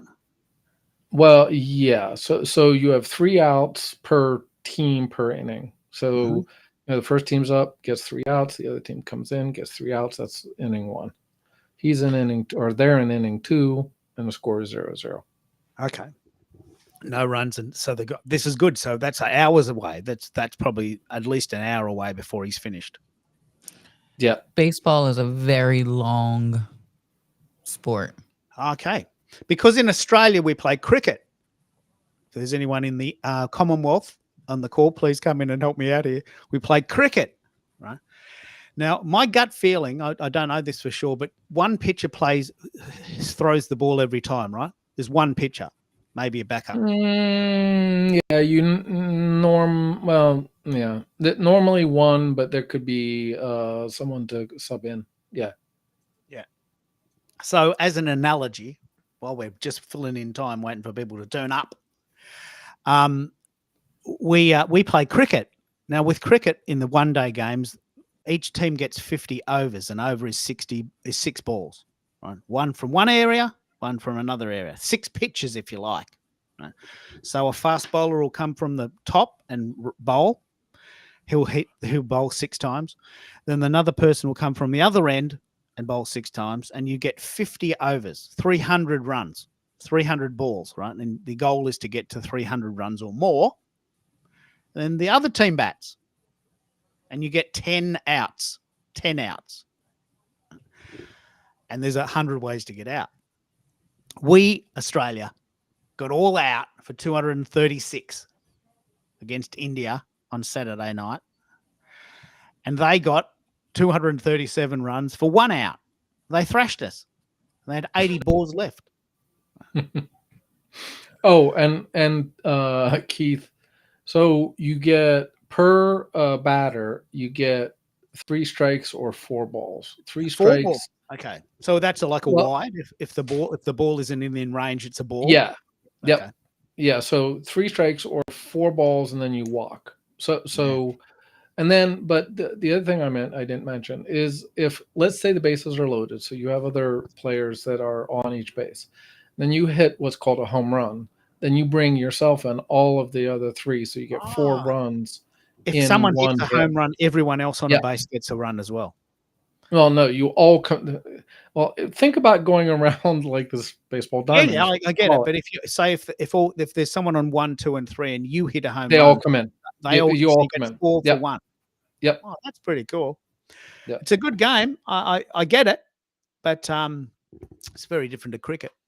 But we play cricket, and the reason why I love this is because I personally mentally love the chase. Like if I was captain, I would always bat second because I love to know what number to chase. When you bat first, you're going, well, we better just get as many runs as we can. We better just get as many runs as we can, and then hopefully we can get them out for less. But when you're batting second, you know what? We have to get 237. We've got 50 overs and 10 wickets. We only have to get like 5 runs and over, and we're going to thrash them. Like India just took their time. Well, there's no rush. There's no hurry. We might just stop for a drink, get a curry on the way. They thrashed us. But is Australia known for cricket? I mean, Oh, India is very well known. Yeah, we're best in the world. Oh. This is really funny. England invented cricket. They invented it. And on Sunday, they played New Zealand, and New Zealand thrashed them.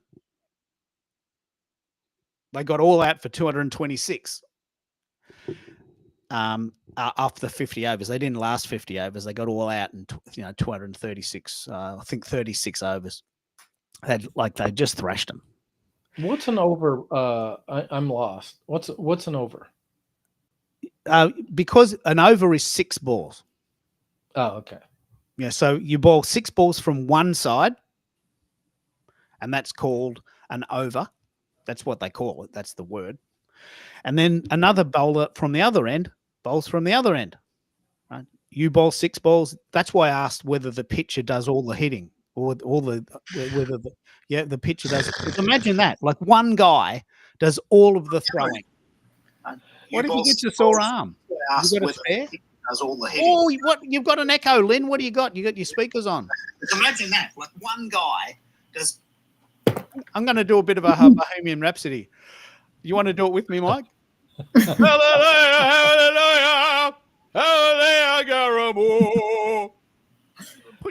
hear the echo now. I want to get the echo. I want to get the echo. You scared the echo out. He's scared the echo out. I have a question though. Sorry. What happens when you knock the wicket off? You're out. What do you mean? Yeah, you're out. So that batter, you're putting Bez to sleep. So you're out, and you have how many outs? 10. Okay. 10. So if you're a really good bowler, you can end the other team's night or day pretty quick, right? Yeah, West Indies, who are actually very good cricketers, normally got all out for 26. Recently against Australia, we got them all out for 26. That's the lowest score ever in the history of cricket. We did it in the West Indies, right? So if you got a very, very, very good bowler, it's. Do you like baseball, Bez? Is that not your thing either?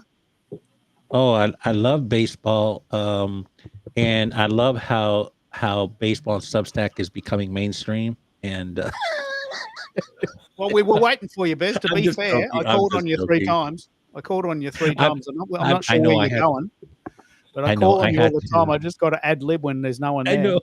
But what happened? It's been raining here, and I've been trying to take the dogs out, and it's cold and rainy, and so all of a sudden it's like, oops, they left a special gift, so I have to get up and. No, fair enough. No, this is good. So and my fault. This is good. This is exactly why I do this show.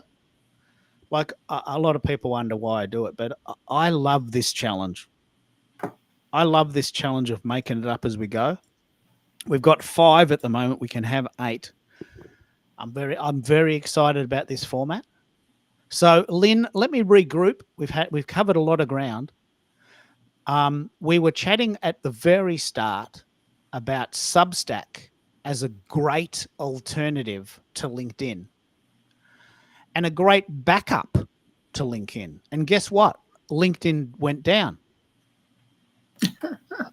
No one other than people in Canada who are watching the baseball, and there might be something related to that, no one can see the LinkedIn show. No one. I promoted this for a week. I sent 1,000 invitations out. Very famous people said they would come, and they can't get in. I'm really pissed off. So we talk about the idea of a backup, and we've just proved our own point. Yeah. But secondly, you and I both love Substack. I'm just wondering, how are you going with it? What's your takeaway? Can you give us some goss on how what you're doing, and more importantly, how can we follow you? Yeah. So you have to bear with me a little bit. My voice is a little bit strained, but I am kitty cat. I'm sorry, he's just jumped up here. I am doing some live post, and I did one this weekend. I tested out actually the go live from my phone, and for just a brief moment, just to kind of see how that would go. So that and really, I'm kind of practicing too with that, because I want to do that for my upcoming trip that I do have, and that's going to be on board the new Star Princess.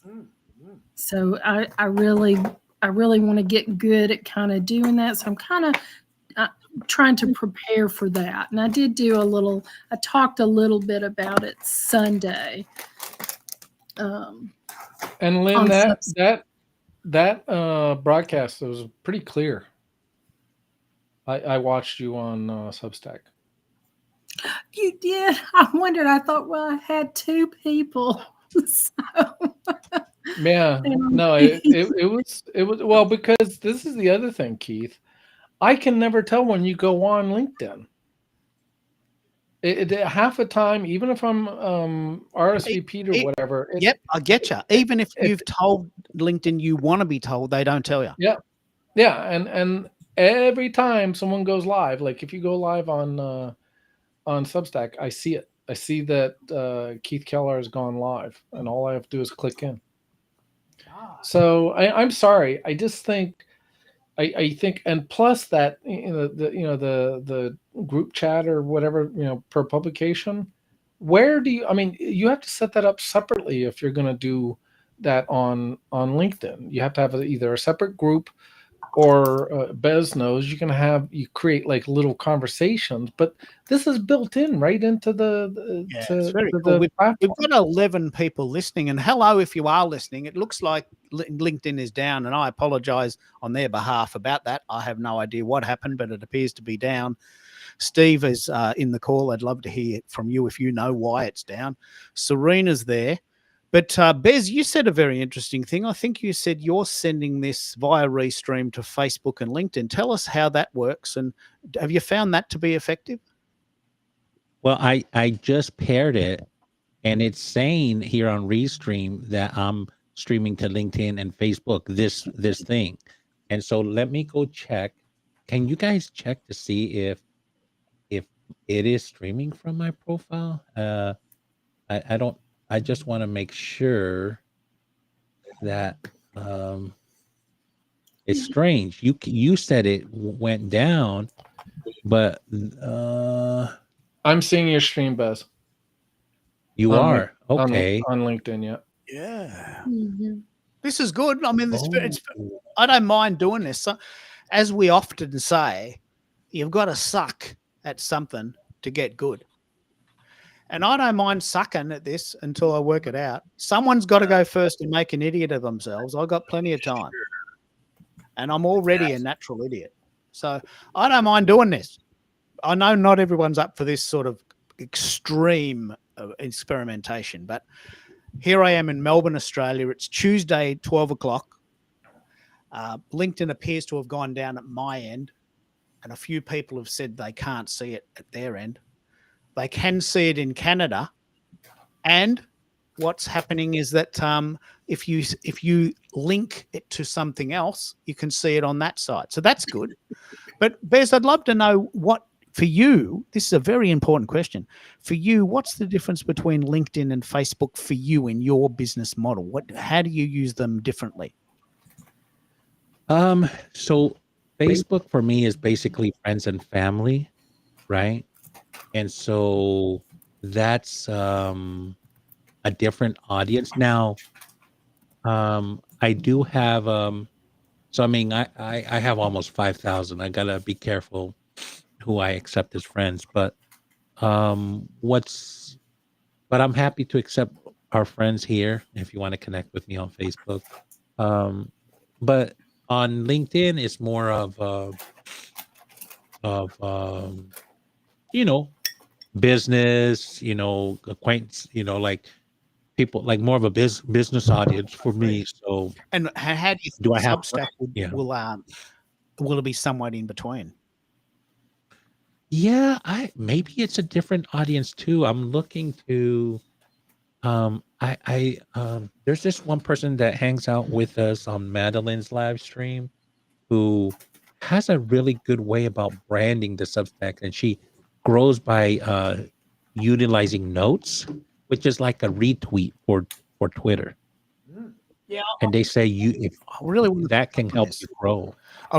Let's pick up on this. I've heard from many people now that notes are the secret ingredient of Substack, and I haven't worked them out. Let's have this discussion. I'm going to play a little sound, and hopefully our Substack will pick that up as a thread.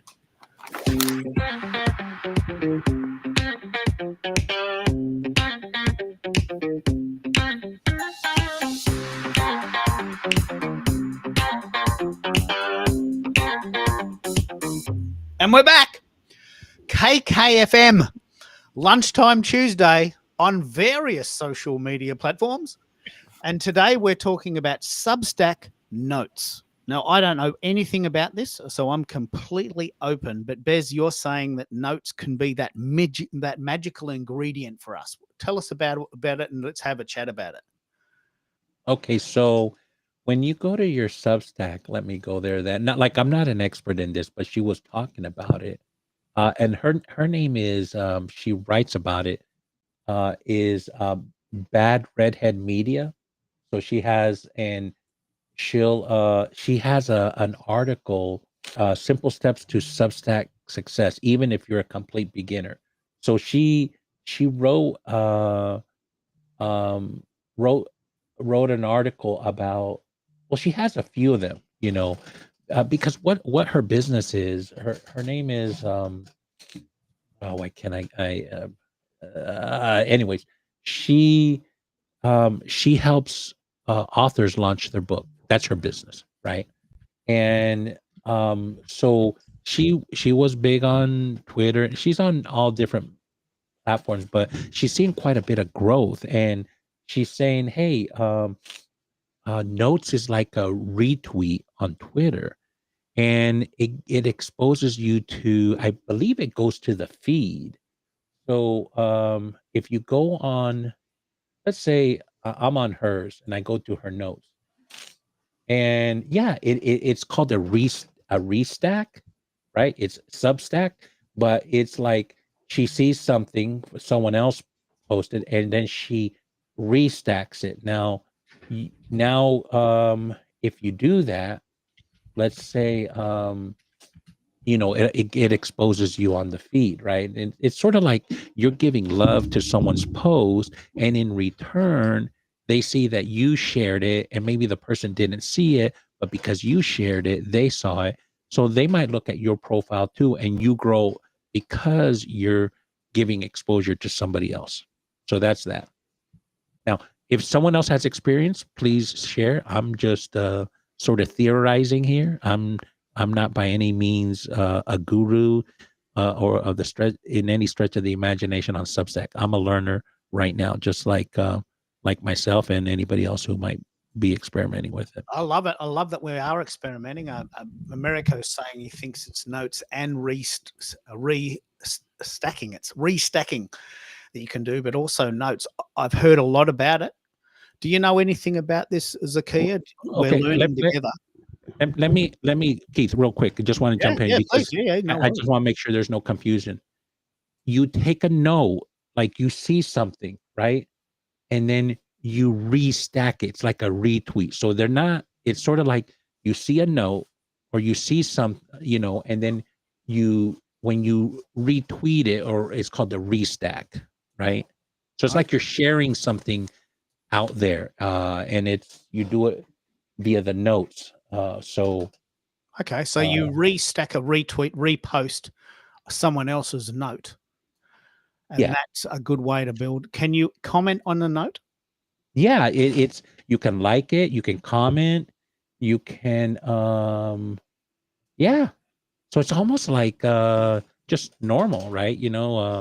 Most social media platforms or like Twitter, the old Twitter. I'm going to see if I can clarify this. So notes are, you can create a lone note. Yes. Then you can restack article in a note. And then you can Yeah. restack someone else's note. Yes. So when I in essence, I want Bez to see an article I just posted. Okay. You, me, you can post the article screen. You can say, send a note. When you do that, it restacks the article with the note. Then other people can restack you or comment on it or whatever. So but notes, my understanding of notes is, for lack of a better word, that's the way to get, and it's the way, and restacking notes is the way to basically trade visibility. Right. Of course, then you follow and subscribe, but notes are a little different. Some people just start out doing notes. They don't even do. Yeah, you do a lot of notes, don't you, Lynn? I think you do a lot of notes. Yeah, would that be true? I do like to get in there and put, I mean, it's easy to do if you have something short and sweet, to put in there. Something simple. And so, yeah, I'm on that. I'm definitely on that bandwagon. I love this. It's very important we have this discussion. It's a very new platform relatively. It's been going 7 years, but it's new to us because it was only for writers, and the parts that it was famous for don't interest me at all. But there's all these new features.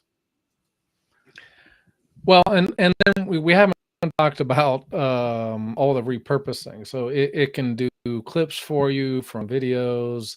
It can actually create a video from others. You can put and audios into your articles. What else can you do? It's just, like I said. Oh, and then the biggest thing I keep on saying is, then you can push this stuff to all these various other platforms. You can't do that on LinkedIn. It's a huge difference to me. Yeah, I think coming from LinkedIn. I think we can probably get off the LinkedIn bashing. I think if I'm not careful, I'm going to get banned there. But LinkedIn has its place. It's got 1.2 billion users. Not that we have access to them, but it has a place. I'm going to acknowledge that it has a place. But I think Substack is the new kid on the block. And my gut feeling, and I'm going to push this, I think Substack is the new thing. I think it's worth trying. I think it's worth researching. It's not you LinkedIn. It's not a replacement for LinkedIn. LinkedIn is not in any danger. LinkedIn is not in any danger. Substack is Substack, and never the twain shall meet. We've got 11 listeners on Substack, and I'm very excited about that. So please tell us where you are in the world and how we can help you. I've done a direct comparison between Substack and LinkedIn as it looks to me. LinkedIn only shows me as having 2 listeners. Substack has 11. So there's obviously a lot of missing people. But we do need to probably push a lot harder on Substack. I think it's a secret that a lot of people don't know. And I did a poll, and I might send this to people. I want you to send this out to your team. A lot of people, I'm really proud of the way I do my polls. And a lot of people have said, you know what, I don't have time to do these new things you talk about. And that's okay. You don't have to do them. But what I love is I am the guy that loves trying new things. And I think that Substack, I'm happy to be proven wrong, but I think Substack is going to be the new one. You know, I don't know if anyone else has been there when TikTok started or Instagram started and YouTube started and Twitter started, but they have a flavor. I'm really interested in this discussion. If you've ever been there when it happened, I was there when Periscope was formed. I was there on the day when Brian Fanzo said, "I found this thing. It's called Periscope. I love it." Right? And as a key, you would know this, wouldn't you? When Periscope happened, there was a thing, wasn't it? You felt it, didn't you? You felt that it was going to be a good one. Absolutely. It was a community, very similar to what we're seeing on Substack now. I totally agree. I've always felt that there's some sites we do because people are using them, like doing the lawn or mowing getting your car serviced or doing the dishes. They've got to be done. LinkedIn appears to me to be very sort of pedestrian. It's something we have to do because everyone's doing it, and we put up with it. But Substack is exciting. It's got a lot of features. It's exciting to use. It's easy to use. It's fun to use. Would you agree with that, Lynn? It's fun to use. It's not hard. Oh, I do, and I love the ease. Like when I made that post Sunday, it was so easy to upload it to my YouTube, and then I also uploaded it to Facebook. So easy. I love that they have it. The tools on Substack are very easy to use for sure. Yeah. So I don't know if anyone's you're part of the group tomorrow, of the call tomorrow. Zakia, are you going to that one, the Zoom call with Amalia? I should be there, yes. Mm-hmm. You've heard of it, yeah? Yeah. What do you think we'll chat about? Because the groups are normally at about 4 a.m. for me. I can never come. I want to go, but they're just too early. But she has a group on heartbeat, doesn't she? Yep. Mm-hmm. And have you been part of that group? What do they talk about? I wish Amolia would come more. She probably thinks, well, Keith, your shows are too late, because she always has shows at the other end of the day. She can never come to my shows and I can never go to her shows. But I want to support that community, but it's just too early. Have you found that Heartbeat is a good place to build a community as well? You know, I am a fan of Heartbeat for sure, but on Amalia's calls, I think they're really good for accountability in terms of, like, the one tomorrow is a Substack co-working session. So for people who keep saying, I want to jump in, but aren't necessarily doing it, it's an hour carved out with other creators where, of course, you can connect with other people, but then maybe get that first post out or get your profile created, see what other people are doing, and maybe get some ideas for where you might be struggling. So I think it's a really good accountability group, at least for Substack, because we're all new and figuring it out. Yeah, this is one thing my calls are not necessarily about. But this idea of accountability, where everyone is equal and everyone gets a turn, but we sort of keep each other honest, don't we? Oh, yeah. You do a little bit of that, don't you, Bez, with your group? Yeah, we do learnings. I do have and then at the end of the week, an accountability where we all get together and then share any updates, and but it's more of an accountability, even though there once in a while we might do also a learning, but we take what we started with on Monday, and the plan is that we've implemented and we're ready to move to the next stage. And that's why I do have on Tuesday, late afternoon, end of day, I have a co-working session for anybody from any one of my cohorts to come in, ask questions, or just co-work, and then Friday, it's like, hey, where are we at? What, and then, again, it could be that once in a while I might have another micro learning on Friday, but that part is to hold each other accountable, uplift each other, give each other suggestions, share leads, sort of come together, as a group and help each other out. I love what you're saying here, because this week I've had 3 comments about the world of work. One is from our friend Samira in Iran, who desperately wants to leave Iran. That's a totally different discussion. But I've noticed today that Amazon might be retrenching as many as, I don't know if you use the word retrenching, but they might be letting up to, I think, 30,000 people going. Let me just check on that. 30,000 people who work for Amazon may be laid off this week. What do you say to them? What can you do for them? I want to send them to you. Tell me how can you help them? There's many ways. I mean, I have so just something to share with you. I have I am starting a cohort for recent grads, early professionals, and I have one person in the group. We're sort of onboarding this week, and we officially launch November the 1st. But that's a different cohort than I have. That I typically have, and I do have to separate them because they have different needs. My other cohort are senior professionals, to emerging leaders and leaders and executives. That's a different cohort, but we do it in a group coaching format. And part of it, I try to infuse some mastermind concepts in there because you can help each other as a collective. I had somebody today in one of my early sessions say, "Hey, I just want to let you know I text one of our members. I send them a message with a lead." And see, that's what we want. We want each other to help each other out. Like maybe they see a lead, it's not for them, but it's better for the other person. You want to set that type of vibe and culture. So that's so I'm looking to get more people in both cohorts.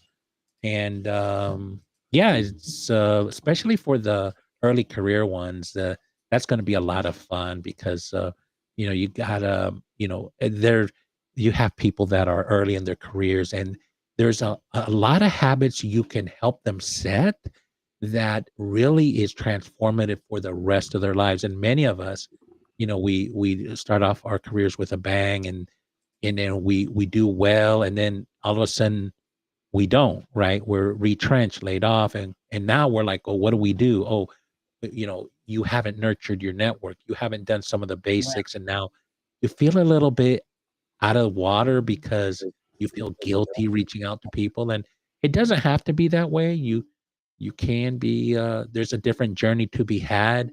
You just have to know about it, and how does that manifest, and how do you set yourself up for life? Because what I'm excited about with these the early professionals, recent grads, is that they have the next 40 plus years in front of them to do this, so that they can just constantly get tapped on the shoulder and asked to be on someone's team.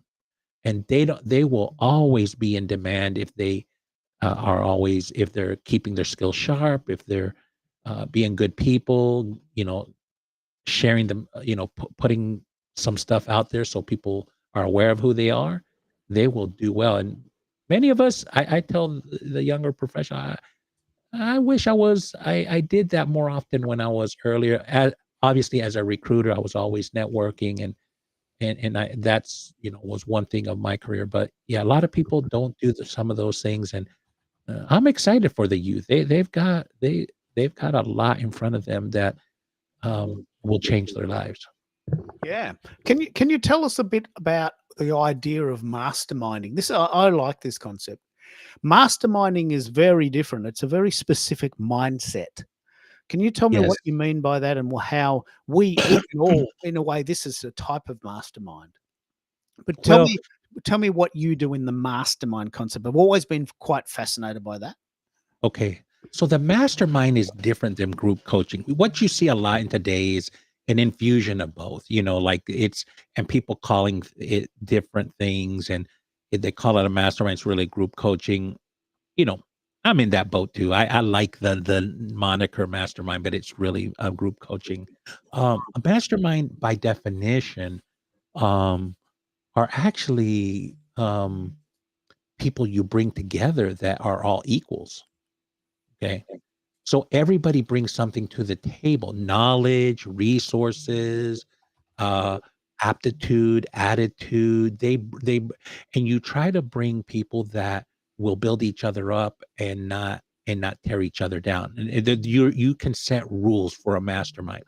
Um, Everybody here on stage has mastermind. Okay, maybe you went to school and you got together in a study group. That's a mastermind. Maybe you have a significant other and you shared your dreams.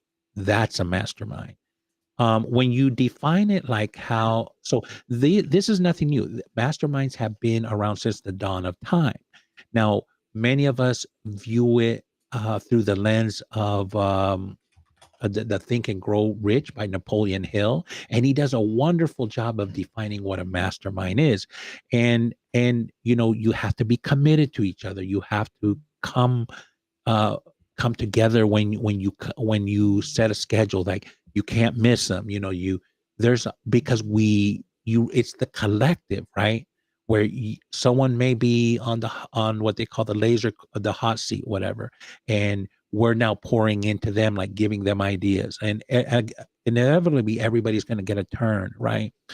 I may have something of a tool that someone in the mastermind needs, because we realize there's a gap, and I lend them that tool, and I lend them the hammer. All right, here you go, friend.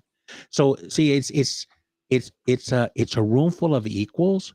Now the job of the facilitator is making sure they put the right people in the room. And I'll give you an example: the industrialist, J.P. Morgan. Who are the oil barons?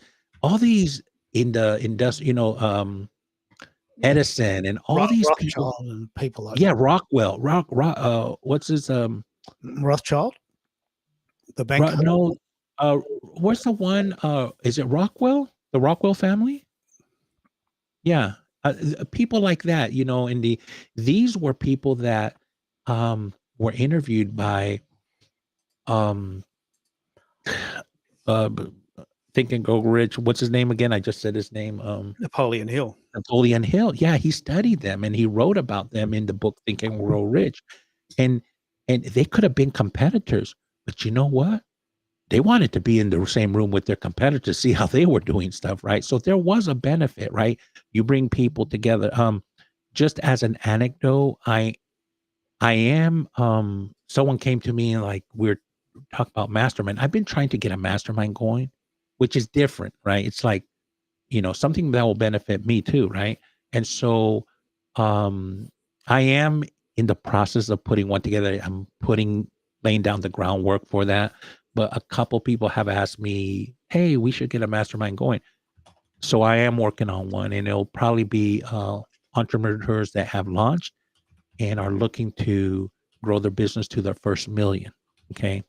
And I'm gonna try to give it an option to it. It's something that it could be, they could stay in it for a year, but we're going to have a pathway for 3 years. So first year, 1 million, like, let's all help each other reach that mark. Second year, let's see if we can help each reach 5 million. Third year, let's see if we can help, each other reach 10 million, all of us. So that's going to take us on a interesting journey, because I haven't reached a million, but I want to be in that pathway or a group of people that want to reach that. Let's lift each other up. That's going to be, I would definitely want to put one of those together, and go on that journey with a group of, and it's going to be a max of 12 people, no Yeah, more. I love the idea. I love the idea because everyone in this mindset, like, there's no such thing as competition. If you make $1 million, that doesn't mean you're taking that away from me. Now that's a very specific brain that allows that.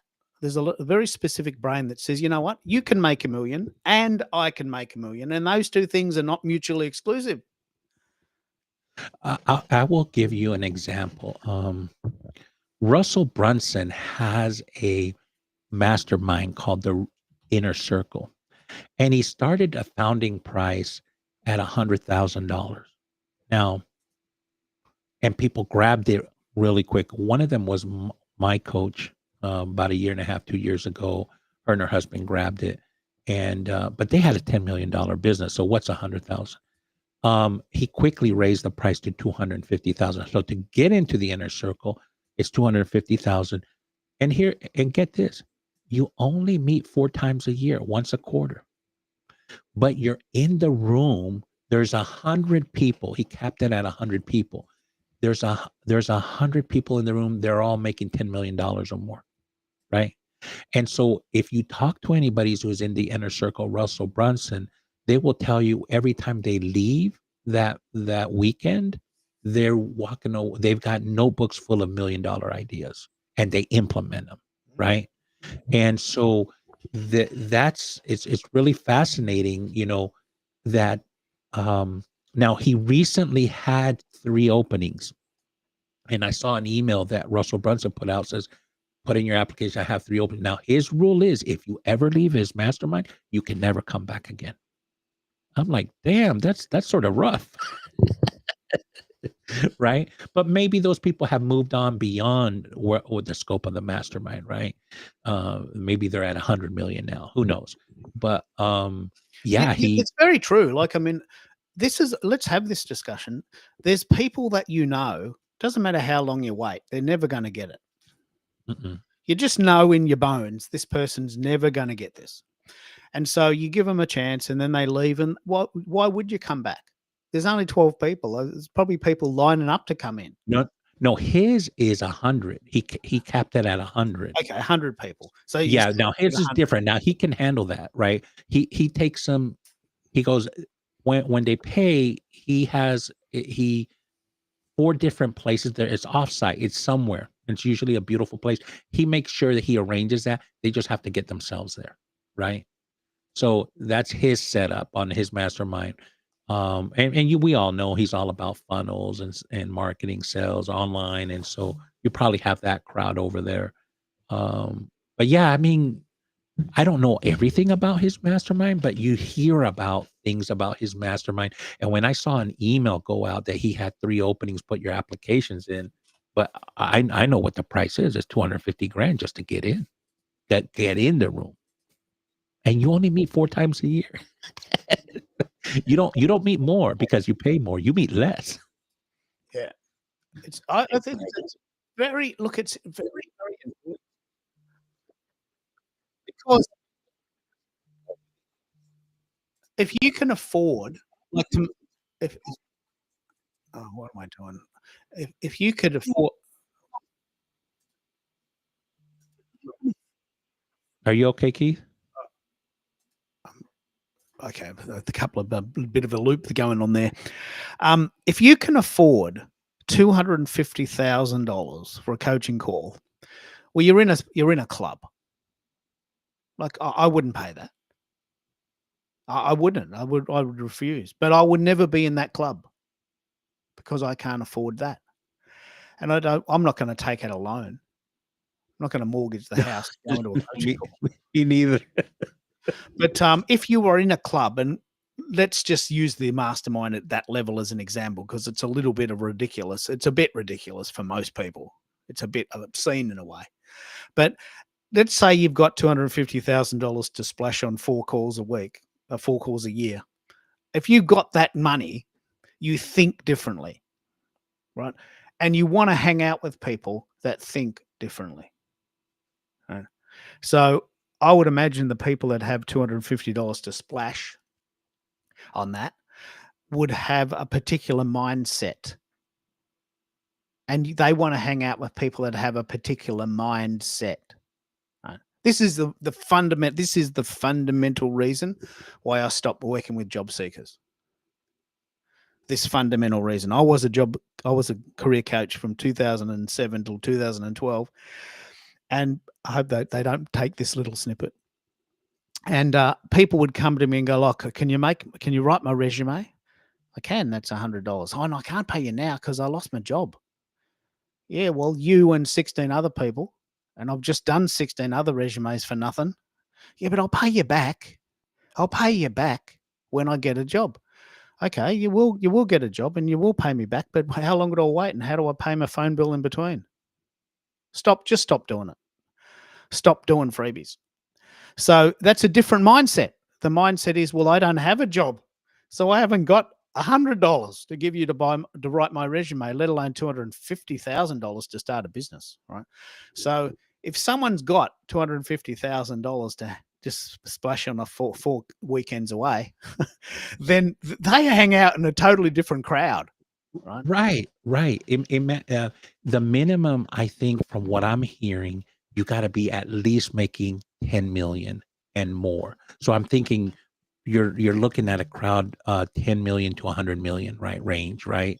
And they're hanging out. They're trying to up level each other. So if you're in a room of those type of people, $250,000 might be worth the investment, right? Because now you're in the room with other people and you can up level with them. Maybe you learn something.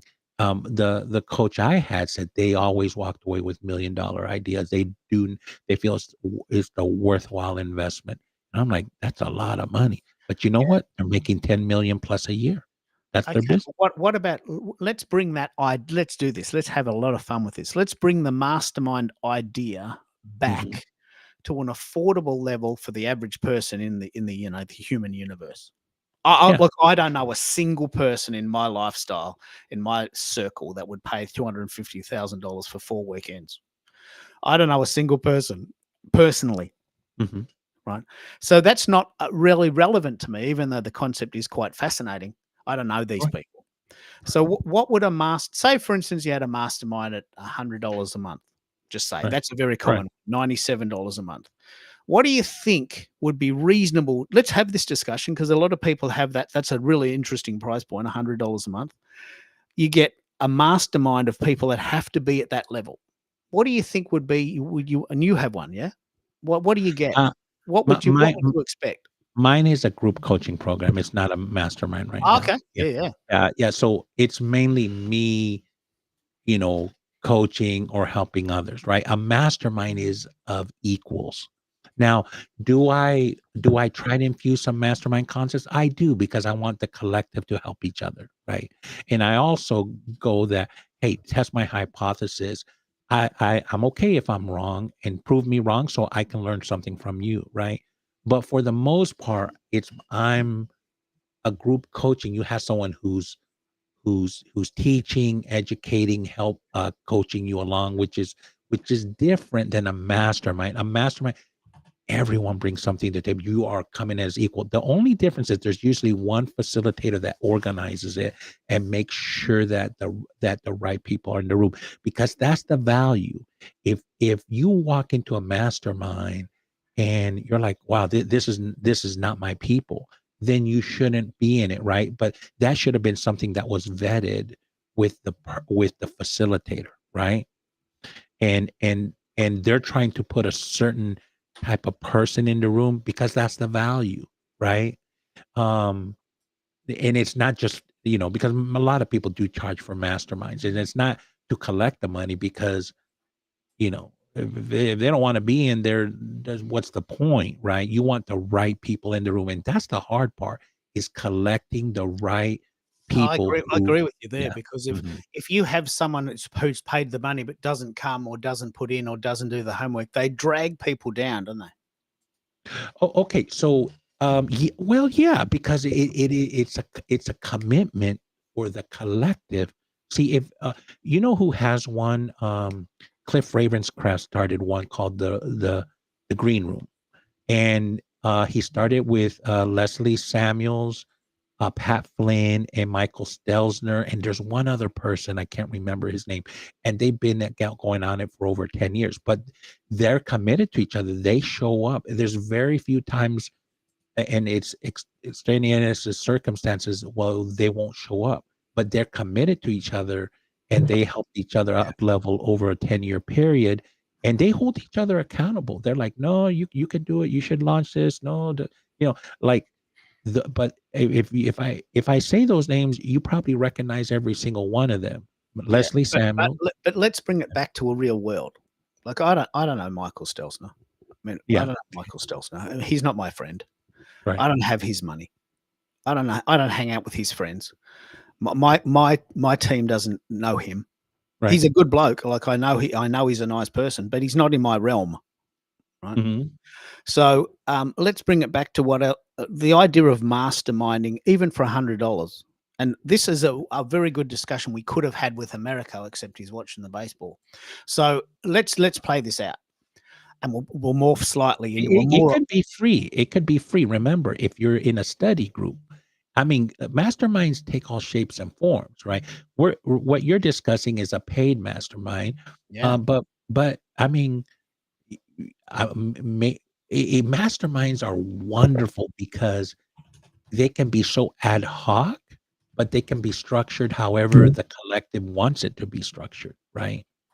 So, Yeah, I love this. I love the idea because the money the money is a bit of a distraction because not everyone's goal is money.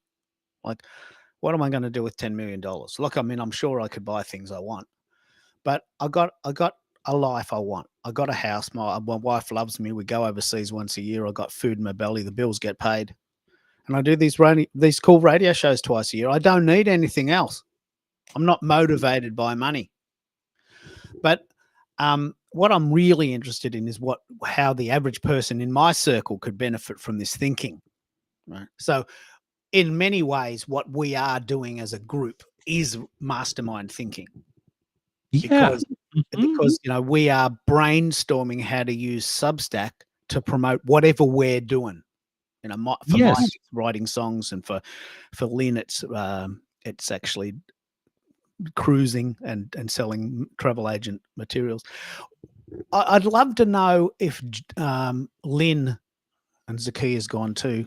Yeah, she had to jump off. Yeah. Yeah, Lynn, have you heard of this idea of masterminding? And do you have that in the travel industry? I'm sure that they do, because they do have, especially with Dream Vacations, there's all kinds of material and people to groups and all kinds of things you can join, and all of that is available to me.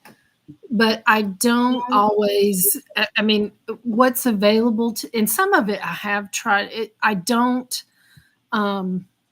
it's not everything is a good fit, so I love, really, I actually feel like I learn more just being here on this platform because we get from week to week, there's so many people that pop on and off. Yeah. And you learn different things and you get different ideas, and that, to me, that's really been more beneficial than anything. I actually agree. Like, I mean, when we were doing this on Twitter Spaces, Jason, who came on last week, the guy with the dogs, who's just really a hair's breadth away from quitting his day job and making a full-time living out of selling stuffies of cute dogs. We have been watching his journey, and he has been very open about how he did it. Now that is gold. He's doing it. He doesn't have to tell it, but he is such a great person that he says, "Oh, look, I don't mind telling you how I'm doing it. And if you've got cute dogs too, you could do this. I've got stuffies and T-shirts and dog brands and pet insurance and pet food and all sorts of things that I've built up over 6 years. I'm happy to tell you. We learn so much from each other. And we were talking actually about this on last Friday. I don't think you were on this call, but Americo interviewed Serena. And Americo, if you're listening, and I'd love to hear your thoughts on this, he interviewed Serena about being an introvert as opposed to being an extrovert. And Serena, if you're on the call, I'd love to hear this. You talk about this too.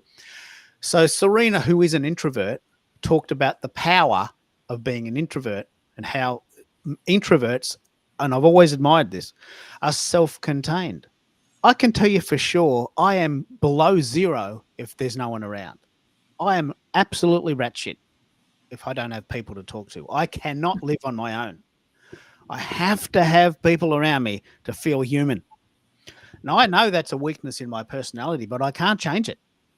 I've tried sitting at home by myself staring at the walls, and I just hate it. I just hate it. I just can't think of anything to do, and there's nothing I want to do. I want to go and talk to someone, right? Because that's my personality. So we talked a lot about this, that introverts, and this might come out on the tape, introverts are comfortable in their own company, and they have this superpower that I just cannot understand. And they can get things done that I just cannot do because I have to be moving.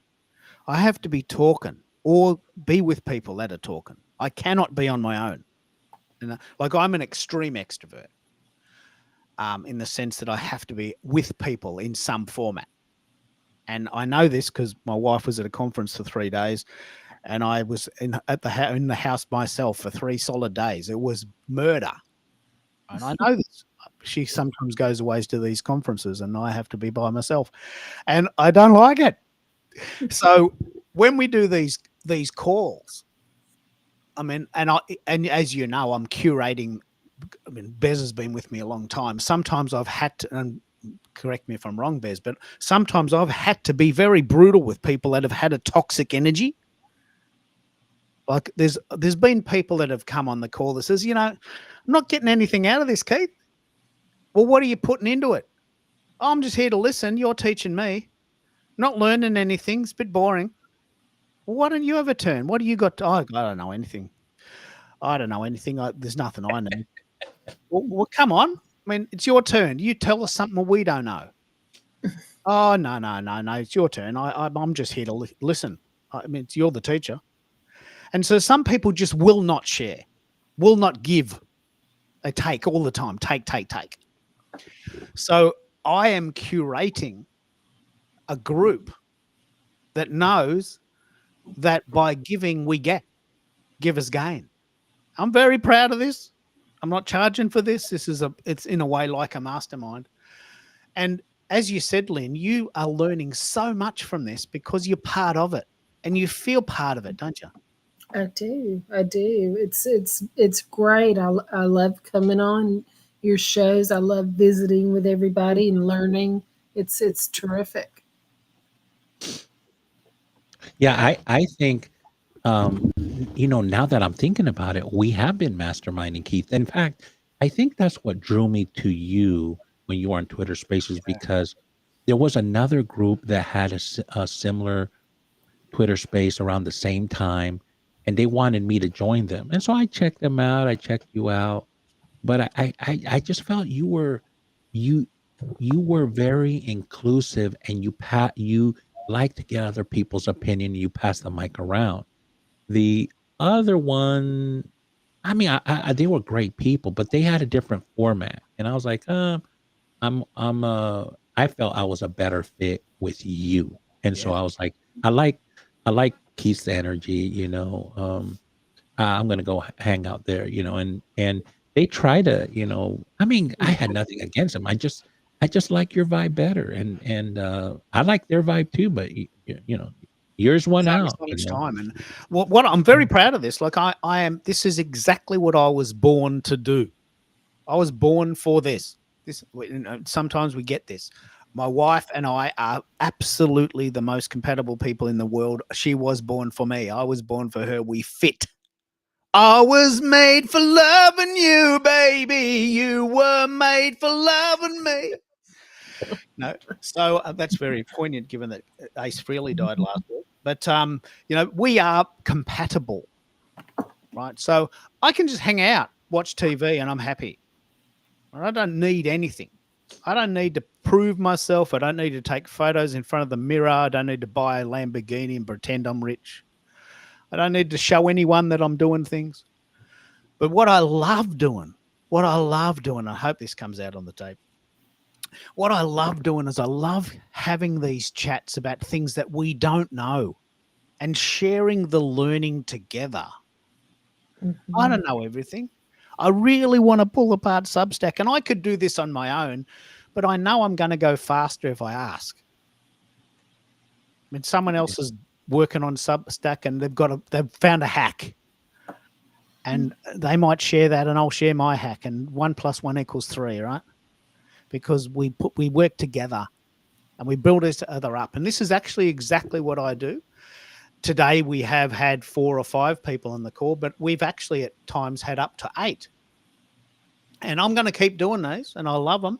I just love them. And I think I do believe that Substack will become the new LinkedIn. And I'm going to sing this song, Bez, but I hope you're not offended. Imagine no recruiters. It's easy if you try. No job seekers too. Only the ability to write. That is Substack 101. That is what I'm doing. So, I thought, imagine LinkedIn without recruiters. And more importantly, imagine LinkedIn without job seekers. Now, that's not Substack yet, but Substack is for creators. There's no rules. You just do what you want.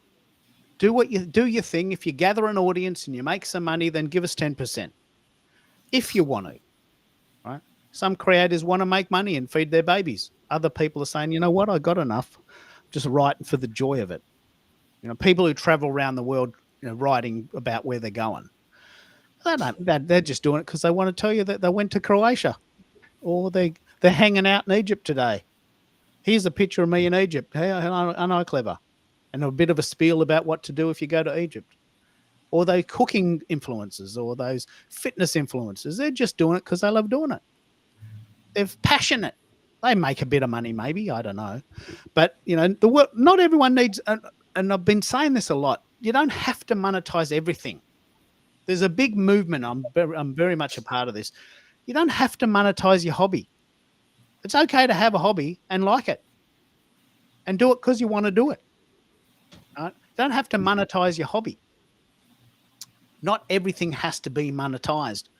I can say that luckily because I live in a quite progressive society where we have a pension at 67. So if I got old and I didn't have any money, I wouldn't die.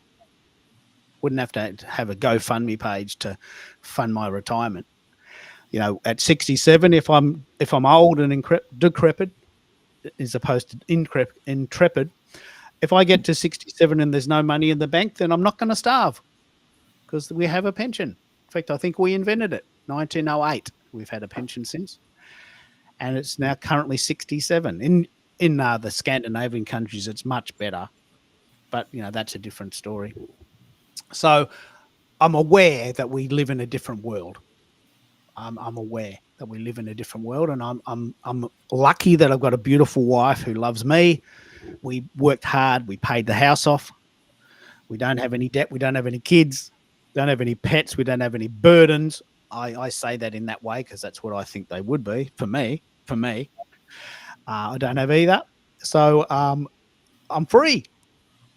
But what I choose to do with that freedom is teach or share. I'm not teaching. I haven't learned to teach, but I'm sharing. I'm very proud of that. So I think we'll keep going. I'm on a bit of a roll. We can have up to 8 people on stage at once. It's a bit of a pity that LinkedIn stopped working because we haven't got any people. I'm really interested, Bez. Are you live streaming as part of your strategy to get more followers? How can we help you get more people into your masterminds? Because you're doing a good job. I mean, I'm throwing people at you every day if I can. What can we do to help you get your mastermind going? Well, I'm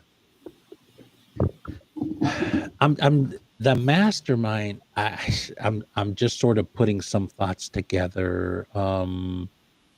There's a couple people who have approached me, and I got to see, hey, does this jive with what they're thinking? And so, a couple people have reached out. One where I live, one who lives on the other side of the United States, and so I think why they reached out is because a lot has to do with,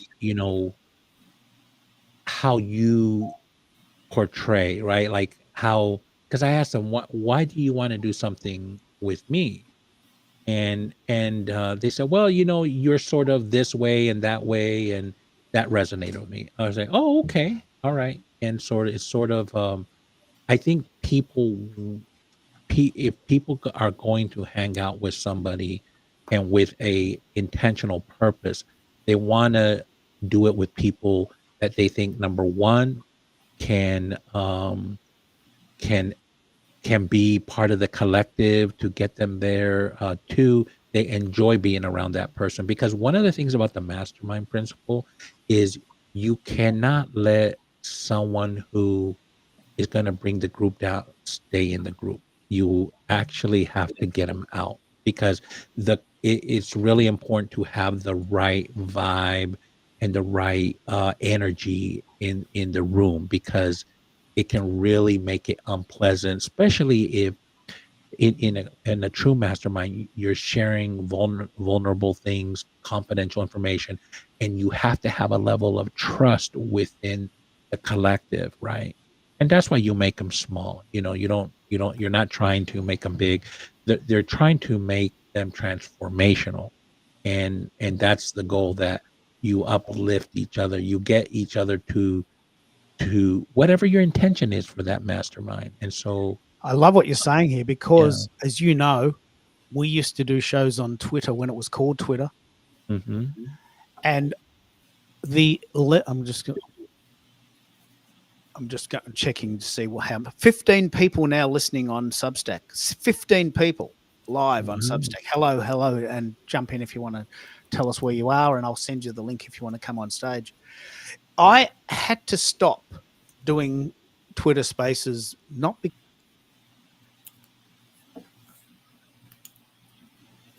Hello? This is internet. It's It that would time. It's too early. Yeah, it's not quite 9. Well, over here it's 9:46. For years 8:46, right? Yeah. And Keith's in the future. It's tomorrow for him. That's right. But yeah, I mean, how are you doing, Lynn? I've been thinking about you, so I'll probably do some follow-up tomorrow afternoon, see if I can connect with you. So just wanted to you sent me some information. So yeah, I wanted to circle back on that. So Yeah, of course. I've actually I think I'm trying to come down with something, so I'm eating these cough drops like crazy. man, It's everybody, going yeah. around. Yeah, it's going around, isn't it? Like everybody's getting. I'll start wearing a mask now. I know. You know, I'm like, telling you. sheesh, a lot of I mean, everybody's getting sick, and Mm. you Hey, I know. have to get better before I board the cruise. So when do you go on your cruise? Well, I'm not going to say here on the thing, but Okay, it's okay, soon. gotcha. It'll be soon. It'll be It'll be soon. soon. All right. Very soon. Yeah. Oh wow, that sounds exciting. Oh, by the way, uh, somebody in my cohort is trying to get into the travel tourism industry. Anyways, I'll talk to you later. Keith, are you back? no, this is good. I'm so sorry. I want to share this very clearly. I spent a whole day last Monday, and someone came to the house and pulled parts of the wall off and stuck stuff in the roof. And he was here 3 hours, and he had the windows open. It was freezing cold. Right? A representative of what was called the NBN, the National Broadband Network. And they promised me all these things: fast internet, reliable internet. You'll never have problems again. Never. Right. So when he left, he was a very cool dude. He gave me his mobile number. Give me a call anytime. The NBN was 520 megabytes a second. Within 1 hour, it had gone down. She says, "Oh, don't worry, just reboot it. It'll probably kick in overnight. Reboot it." And so I rebooted it, and then I've worked it out. Like it starts really strong, and then it diminishes really fast. Right? And I've been on the phone for hours and hours and hours to solve this. So what I'm doing now is I'm just having fun with this, and I'm just going to accept that occasionally I'm going to go out. I'm going to drop out. I'm just going to have to make that part of my show. The disappearing Houdini act, right? I'm just going to have to accept it because I've been on the phone for 4 hours sometimes, and we've been pulling cables out and putting things in the roof and done. I've tried everything. It just Australia's internet is shit. I don't mind if that comes out on the tape. Australia's internet is shit. There's no way around it. And I live in Australia. I love living in Australia, but we have terrible internet. So I'm just going to factor that into the call. I'm just going to make fun of it.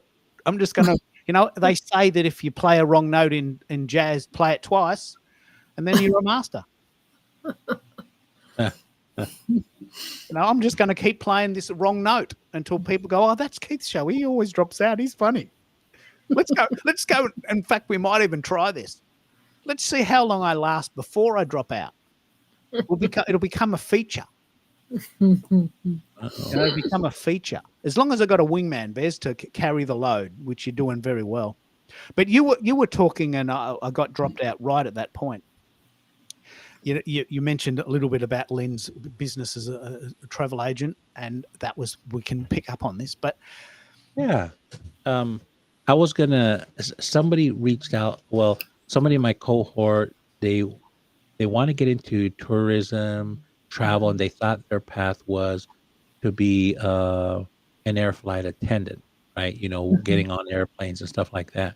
But I reached out to them later on, or we got in a conversation, and I said, look, if you love to travel and that's your end goal, and you're using, being a flight attendant for Delta, I mean, it's competitive. They're, they open up their portal, and like they were telling me, oh my goodness, 100,000 people, so they're fighting, right? Get into their little academy or whatever it's called. But I said, well, have you thought about maybe going to work as a travel agent, because your end goal is you want to travel? And they said, I was thinking about that. Yeah, I'm going to have to think that through a little bit more, because that's where I really want to do is to. So anyways, I don't know what to tell them. I mean, what's a good path for them? Because they have traveled a lot. They've traveled around the world, and they like, but then they did that for a bit, and then, did life, did work and everything. Now they want to really do a career in that. What can I tell them, Lynn? Tourism. I mean, what are some paths that they could take that are options?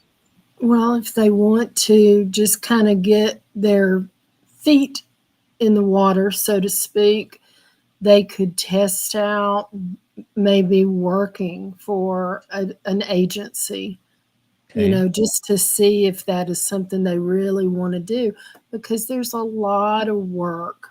And, one of the things about being a travel agent, it's not, if someone asks you, well, can you price this for me? And you go in and,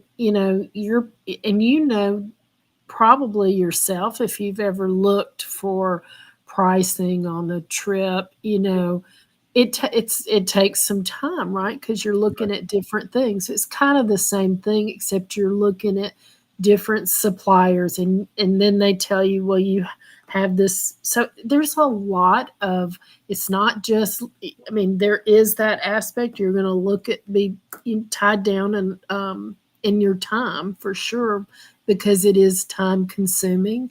And you do the education with learning about the different suppliers, and each supplier has its own, you can't, you have to kind of do their system, you have to learn their booking system. And so there's education on all of those suppliers. And, there's different types, of course, there's different types of travel. So is there going to be one that you specialize in, like luxury or cruise or land, or maybe all? Maybe you can do it all as well. Let's pick up on that. Yeah, it's good to start out kind of, Why small. don't we pick up on the idea? Is it good? Is it good to? This is a very good question for your friend Bez. Is it good to specialize? For instance, we travel with a group called Intrepid. Intrepid Travel specialize in adventure tours. You go to a place, you stay in local families.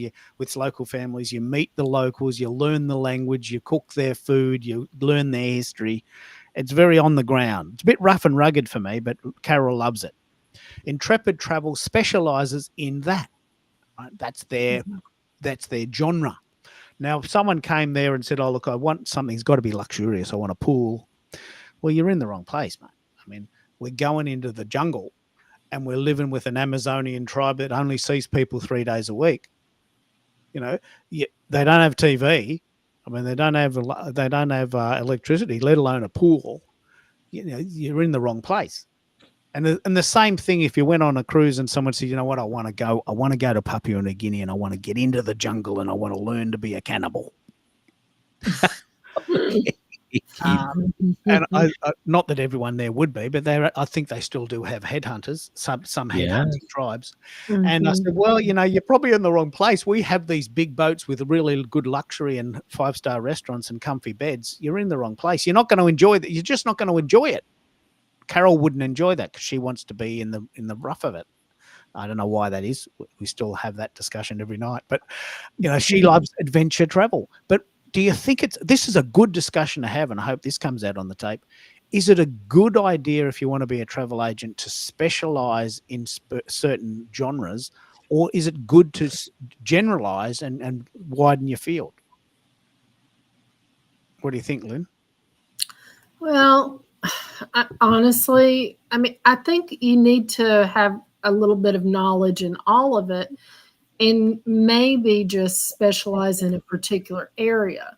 But you're going to have people come to you anyway and want to book, like for example, for me, I book more land than I do cruises because, and I just think that's just, well, in my case, I think it's because a lot of the cruise lines that port in Mobile aren't the cruise lines that a lot of people want to sail on. I'll just be honest.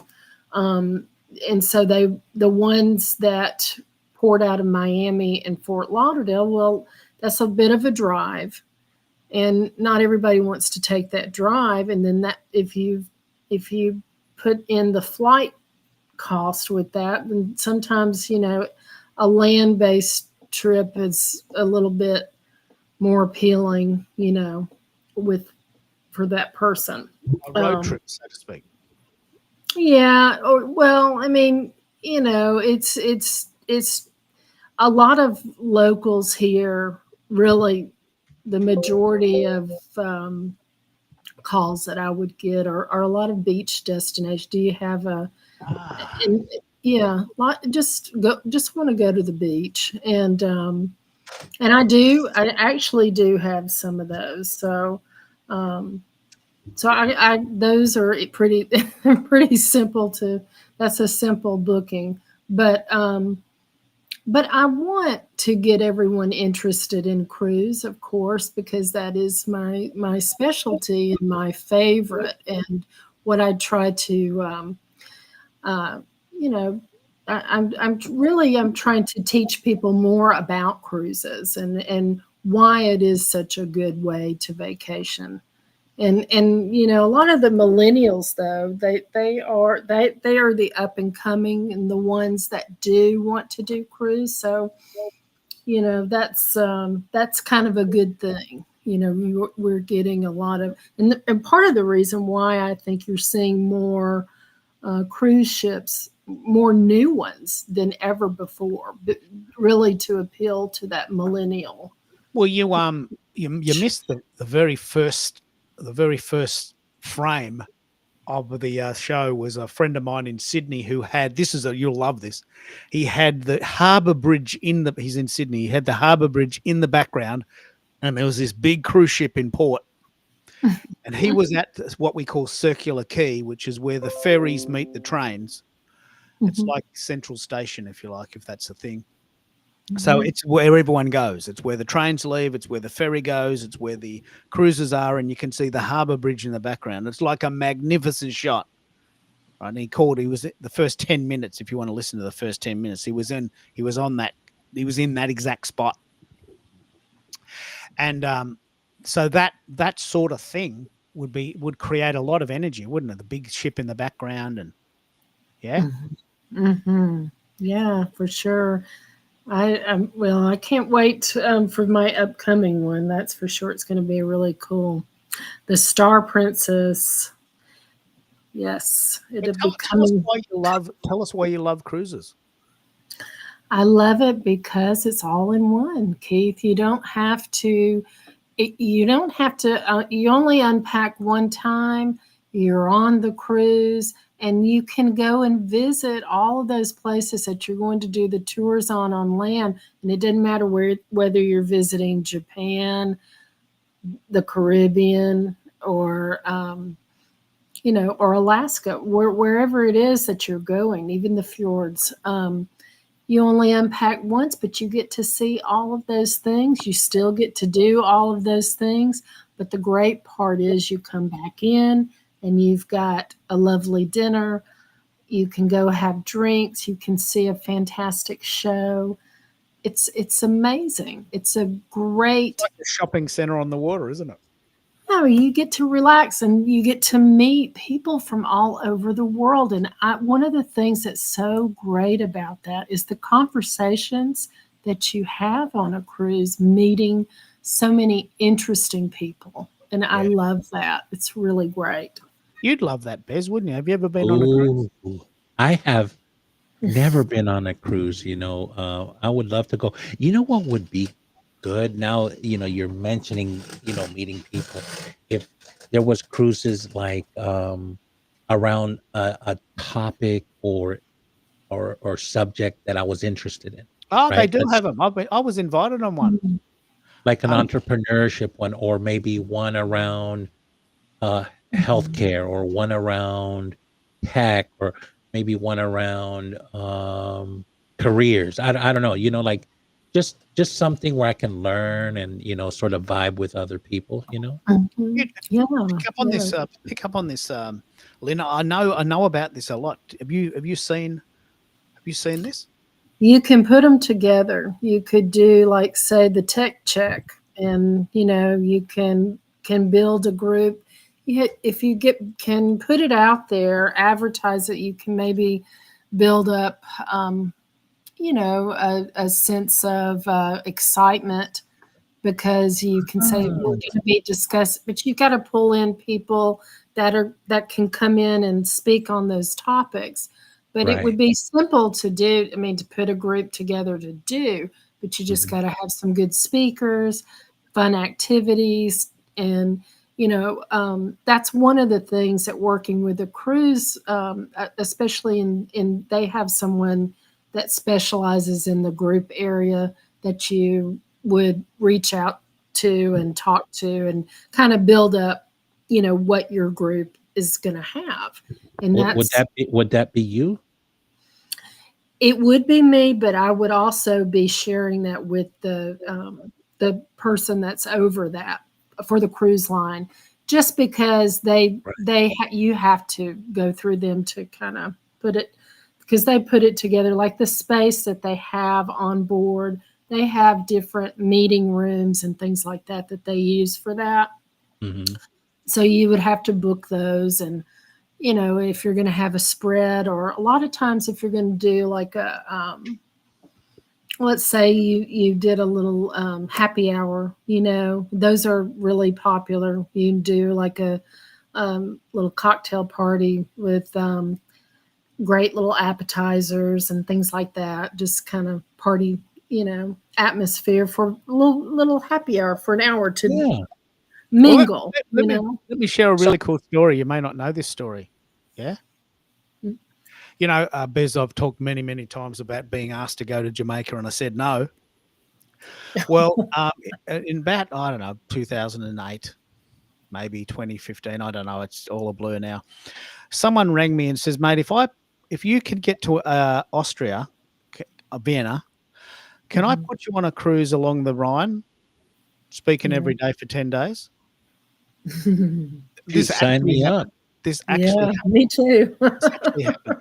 So I said, so let me get this right. You want me to fly to Austria at my own expense to speak on a boat for 10 days, and the prize is the cruise. And I've got to fly home on my own at my own expense. No money changes hand. I just get a free cruise. Yep, that's the deal. That was the deal. I said no. I've got a flight $3,000. You've got no idea how far it is from Melbourne to Austria. Not Australia, Austria. So Melbourne, Singapore, Vienna. There's 26 hours of my life gone. I get on a boat. I speak every day for 10 days, which I wouldn't mind doing. I get meals provided. I get back on a plane and fly Vienna, Singapore, Melbourne, another 6. That was like 2 weeks of my life gone. And all I got for that was a free cruise.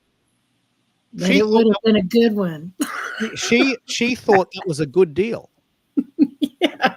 It would have cost me $5,000. Oh my goodness. Basically speaking for free. But what I'm saying, Bez, is this cruise and cruises like it exist. The cruise was about business, and I was going to be the Twitter dude. True story. Like, this actually happened. And as I said, you might not have been in the call then, but I have a SoundCloud account, and I have a 12-part email sequence. 1 is hello, and 12 is goodbye, and 10 in between. I've got this 10-part email sequence for my Crack the Twitter Code podcast. I got hundreds of speaking gigs out of that. Hundreds, most of which I said no to, because I just don't like flying. But, had they have said, oh, look, just come to Port Melbourne, we'll put you on a boat and we'll send you to New Zealand and back, I would have done that. Because I just get a taxi down to Port Melbourne, get on the boat with a bag, and talk every day for 10 days. I can talk. Right. And then I'll just change my clothes every day, have 3 meals a day, smooze on the boat, go there and come back. It actually does. I mean, let's research this for you. I'm mad because I know this for sure, and they usually go out of Florida. One of my favorite bands of all time is a band called Vixen. I don't know if you've heard of them. All women, gorgeous women, some of which are my friends. And the bass player of that band is a very good friend of mine. And she goes on these rock cruises. So Vixen plays with Def Leppard and Motley Crue and Poison and Wasp and Warren. Yes. Right. And all you turn up on the boat, you get a bed, and there's just a band every night for 10 days. Like big bands, massive bands, not just a band, the band. So Def Leppard, Vixen, Motley Crue, Dokken, AC/DC, bands like that. Bands you would pay $200 for to see at the concert hall, right? And these go from Florida to Jamaica like every week. They're always going. So that's in the music genre.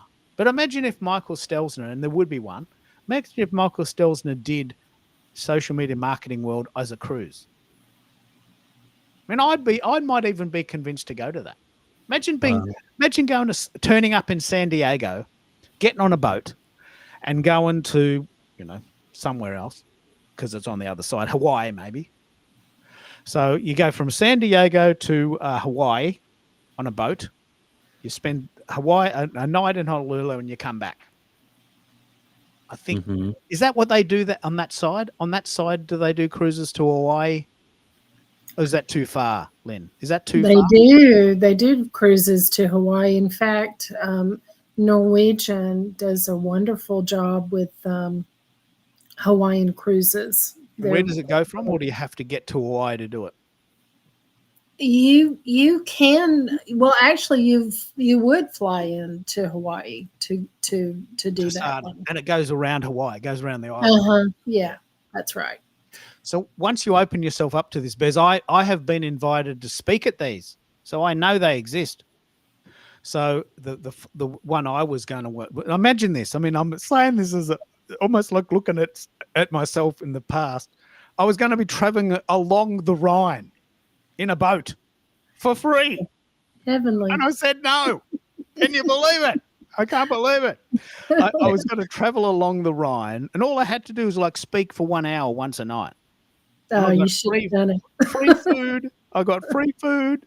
This is a true story. It actually happened. So I know these cruises exist. And in a way, that's the sort of cruise I would want to go on. Sure, I'm on a boat, but every day there's someone really cool speaking. And then at night there might be a band playing, or you can go and play in the casino and have a meal.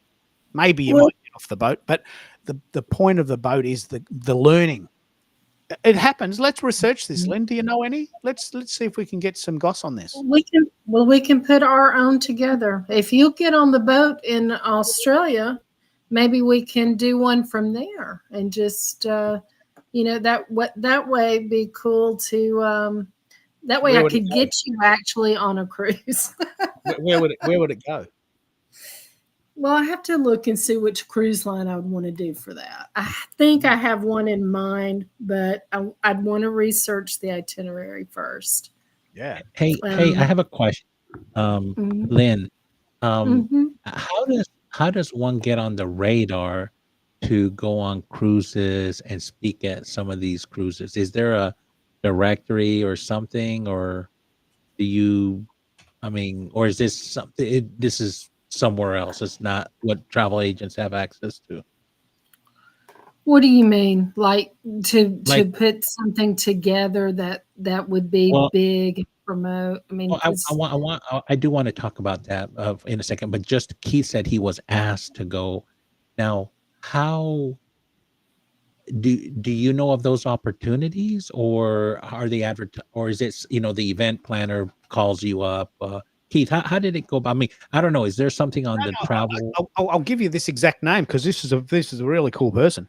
So this person, whose name is Laura Gisborne, lives in Sedona, Arizona, right? Okay. Because the event is simply an event on the water. The event could have taken place in a room. Okay.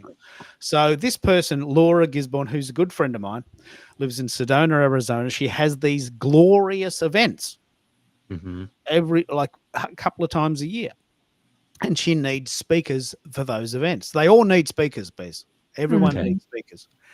So you are doing them a favor, right? Okay. Because they need you. So Gotcha. Laura Gisborne rang me, and she says, "Oh, Keith, I heard you're a bit of a dude on Twitter. This is exactly the story. What about if we create this whole campaign for you called Crack the Code with Keith Keller?" That's how that phrase came about. Crack the Code with Keith Keller. Now, I can book you on several events for this. Can I just interview you and get some sort of basic template, and we'll put it on a podcast? She's quite famous. And we'll just put you out there. I reckon you've got a bit of personality. I reckon we can sell you. You're a product. I reckon we can do this. So she's doing all these really great events all the time in Sedona, Arizona. Right? And she just said, instead of doing it here, why don't we do a cruise next year? Why don't we do this as a cruise? A luxury event, chock-a-block full of ambitious people on a cruise going along the Rhine. I'm thinking, okay, if you want to do that, that's fine. All you have to do is get here on your own steam and you get a free cruise. And so, okay, so the cruise is the payment. Right? This happens to me a lot, Bez, and this is very, very important. I want you to come and speak at my event, and as a result of speaking at my event, you can get into the event for free. Well, I wasn't going to the event. What you're offering me is not valuable to me because I wasn't going to go. So you're giving me a free ticket for something I don't want. I mean, I'd rather stay home with wifey and watch TV, to be honest. But I'll come to speak at it for fun. But don't try and bribe me with this bullshit that, you're giving me a free ticket to something I wasn't going to go to anyway. Like, I wasn't going to go to Vienna to go to this cruise. I wasn't going on this cruise. I wasn't going to go to Vienna to go on this cruise. So if you get in the know, like this happened yesterday. Someone said, "Oh, mate, I'm putting together a summit." You've heard this phrase, the summit? I'm putting together a summit with 12 speakers about empowerment. Do you know anyone who can speak at that? And would you like to speak at it? And do you have a big list? And I'll get you on. I've been on hundreds of these. And okay. They put your face on a poster. I'm saying it in a very flippant way. I shouldn't, because it is quite hard to do. But, I'll put your face on a poster and you turn up and you speak. And you speak, for an hour, and then we'll put that on the website and then we'll sell that. And what you get is your face on a poster. Yeah, but okay. I'm doing nothing else. But what else do I get? No, nothing. You get your face on a poster, and anyone who's in the room might like you, and then they might follow you. So I want to pick up on this because speaking is a thing. I spoke in the city, maybe my best gig ever. I spoke at the city. There was 150 people in the room. The person charged $100 per person, $15,000. The room cost $4,000. The food cost $1,000. She made $10,000. I rang her and I said, "Oh, geez, that event went well." She goes, "Yeah, I do agree with you. And let's do another one." I said, "Well, what about paying me?" No, I'm not paying you. I mean, you spoke and you get all the names of those 150 people. That list has got to be worth something. You get all those email addresses. I gave up a day of my life and you benefited off my face. Put my face on the poster, and 3 other people. They probably came to see them. But I spoke in a room to 150 people for free. And she thought that was okay. Never done that since. Never done that again. That probably wasn't fair. But you know what? You should have put her under contract to charge, because I tried. She said no. So that's why I'm not doing it again. Hello, it sounds fishy. So I want you to know the way the speaking world works. There would be do you know Bobby? Do you know Bobby? Bobby would get speaking gigs. He's done TED Talks, so he'd be paid speaker. But getting paid speaking gigs, that's very hard. If you're prepared to pay your own money and go on a cruise, I can set you up with 3 cruises along the Rhine tomorrow. I'm not going to do that. It's fair is fair. I mean, if I'm giving up time, there's some subjects I'm going to speak to subjects I'm good at. Yeah. And that's it. And then if for that knowledge and my time, you're gonna definitely have to pay. I mean, let's pick up on this. Pay people, Let's pick up on this. Carol went to a conference for 3 days in the city, and this very, very, very inspiring person spoke. Now, I'm pretty sure this is a corporate conference. I'm pretty sure she got paid. Let's say $1,000. Right. Let's say it might be $5,000. And she had books, right? So she spoke about her story and how this story is a story of empowerment and how you can overcome whatever life throws at you. And she goes, "No, I've written a book about this." So I'm pretty sure she wouldn't have spoken for nothing. Maybe, let's say $1,000. She spoke for $1,000, and then she said, "And by the way, if you're very inspired, you can buy the book. Book's $20, and I've got a box of them up the back." So some people speak for free and sell books. Some people speak for a fee and sell books.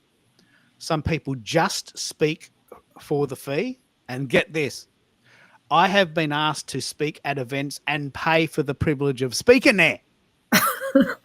That's actually a model. I somebody reached out to me too on that, and I is a friend, but I just didn't even have time to get back to them. I was like, um, a- and Keith, there are people that book speakers and they're paid gigs. You know, you just have to be ready to go and go. Chocolate And Johnny, I would be pretty sure Chocolate Johnny would get $5,000 to throw now. yeah, Let's 5 grand, 10 grand. Some people get 30 grand. You know, I mean, and some even get more. So, yeah, but let's play the game where we are. right. You know, I mean, Dave Grohl, the lead singer of the Foo Fighters, probably makes 100,000 on his songs, but he's a great songwriter and he plays all the instruments. I Mhm. could write a song. I'm not going to make 100,000. So I think Gary Vee charges 10,000 a gig a night, Probably um, more. maybe more. You know, Yeah. Michael. Oh, I'll think of it in a minute. My hero. He was charging 10 grand a night until his wife asked him to stop, and now he has a membership site. But I got a Gary Vee story, but if let me please, know when it's like, please, yeah. okay. So a friend of mine reached out. Man, maybe I should talk about this more because this actually might be good for the young. Actually, okay. So Lynn, check this story out. So Okay.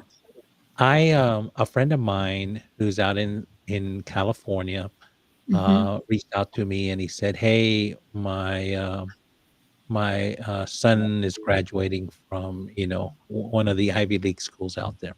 I'll leave a Hmm. few things out here for privacy. Um, and what do you do? Has a bunch of things. And hey, can you help him out? Can I get you to talk to him?" And I was like, "Yeah, sure." So now my friend actually been on stages. He speaks, has a legal background, and knows all the been on stages with Gary Vee and all the major creators out there, right? Oh, wow. Um, so I talked to the to his son. He said, Mhm. "Yeah, my dad sent my resume to Gary Vee, and just not going anywhere." And I go, "So tell me what's going on." I said, "Well, I did get a interview. I haven't heard back since, and my dad, introduced me, and I was like, all right, cool." And I go, all right. And then he just gave me whatever. There wasn't a lot going on. And he really wanted to get into VaynerX, which is Gary's V media company. They do some cool stuff. So, Mhm. and it was an internship. It was just an internship, right? So Mhm. he, and it didn't pay a lot. It was just to get experience, and that can lead to an internal position. Mhm. Well, um, he said, "I don't know what to do." And I was like, "All right, okay, here's what you're gonna do." I said, "You're you're gonna drop your dad from the email, and you're gonna reply to Gary V, and this is what you're gonna say. Uh, you're gonna thank him up and down, give him gratitude for the opportunity to have interviewed at VaynerX, and you appreciated the gesture. Mhm. Um, Unfortunately, it didn't work out, but that if an opportunity does open out in the future, you would be very glad to entertainment for this such a wonderful company that he of his company, sort of some gratitude, and and thank you very much for the opportunity, but you gotta drop your dad from the email. You can't include him and send the email off." So he did exactly that. He he reached out to me a couple days later, and he goes, "Bez, I sent that email and almost," because he had interviewed with a VP out on the West Coast, and Gary Vee's over on the East Coast, right? And so he said, Gary Vee replied like almost immediately, and I said, "Well, what did he say?" He didn't say anything in his email. I go, well, what did he send? He goes, he just sent a winky emoji.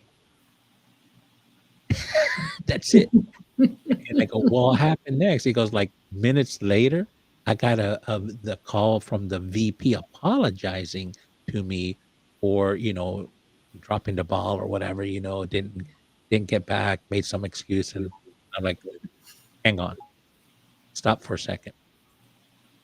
Why does he need to apologize to you?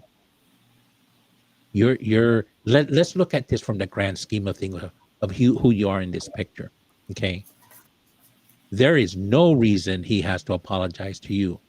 But do you get the power play that just happened? And he goes, what are you Wow. talking about? Why is he calling you? It's because Gary Vee probably sent him a message to get on this. And he's getting on it. Well, what that turned into an interview. He ended up getting hired on the internship, which paid nothing, but that wasn't the point. It was his foot in. He eventually got hired to run some of their social media and do what he does. And he told me he was super excited. I'm gonna give me a reference, man. This is a good story. When I see him up next in freaking Olympics, where was the Olympics? He was doing something for one of the major credit cards via VaynerX, and he was reporting from the venue and doing some content for one of the major credit cards for Wow. VaynerX at the Olympics. Now, it was a surfing contest. Keith, what was the last Olympics? Isn't Australia? Did they do some surfing in Australia recently? Well, they would have, but I think the last Olympics was Tokyo, wasn't it? That's what I was thinking. Could have been, yeah. There was a surfing competition, so it was somewhere.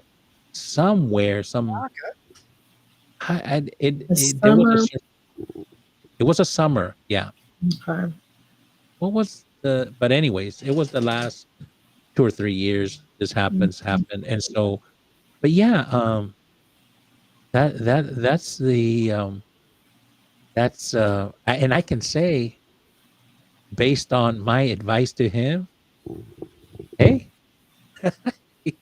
he got a little winky emoji. It's very important. It's very important that we just keep plugging away. Like it's very, very, very important. You take these little victories and you sort of milk them. I wanted to just say, in spite of the fact that LinkedIn went down and that particular site's not working that well, on Substack, I've only got 47 followers. I've only got 47 followers on Substack, but there's 17 of them are listening in right now. Wow. So hello, everyone listening on Substack. Yeah. It's a thumping place. And we're actually asking the question, is Substack becoming mainstream? And I think so. I think it is.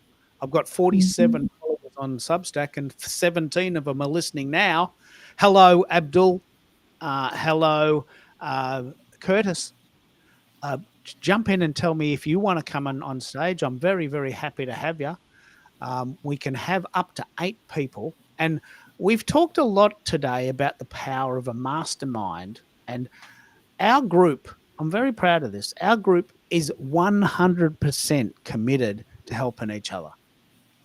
And we're 100% committed to learning from each other and teaching each other. Now, Bez, when you're ready, I'm happy to introduce you to hundreds of people that run events. I'm sort of moving past that. I'm scared now, man. I want to share this really, really cool story. In fact, I might even connect you with this person. So I'm going away next week for the long weekend in Melbourne. Has a horse race called the Melbourne Cup. And not every year, but sometimes we go away. And about 5 years ago, actually it was 2017. 2017, I was away. And someone rang me and they said, oh, look, the VP, the CEO of Twitter's pulled out. Can you come and speak? This is a true story. This actually happened. What? 2017, someone said, "Oh, mate, the VP or whatever they call it in Australia, the CEO of Twitter has pulled out of this big event in the city in 2 weeks. Can you come and speak in her place?" And I said, Yes. "Are you sure? Are you sure? Is this bullshit?" "No, look, this is true. It's true. I want you to come and speak." It's not a paid gig, caveat, but if you're doing nothing, you get a free lunch and there's cool people there. So my good friend Mary Rodriguez, who works at Microsoft, has written several books. She flew out from America to speak about Microsoft and diversity when diversity was the thing there, and she's very lovely, Latina, very nice person. She was the headliner, and I spoke in between. I think I'm getting. Am I losing the signal? I don't know. No, I can hear you. So I spoke in between the SBS Cultural Broadcasting Commission, the people that do the foreign movies in Australia. It's called SBS, the Special Broadcasting System or Service. And I spoke, he was before me, and the guy after me was in charge of the ABC, what you would probably call NPR, the NPR podcasting network. And I spoke in between those two people, right? Really, really high level people. And I said, "How'd you find me?"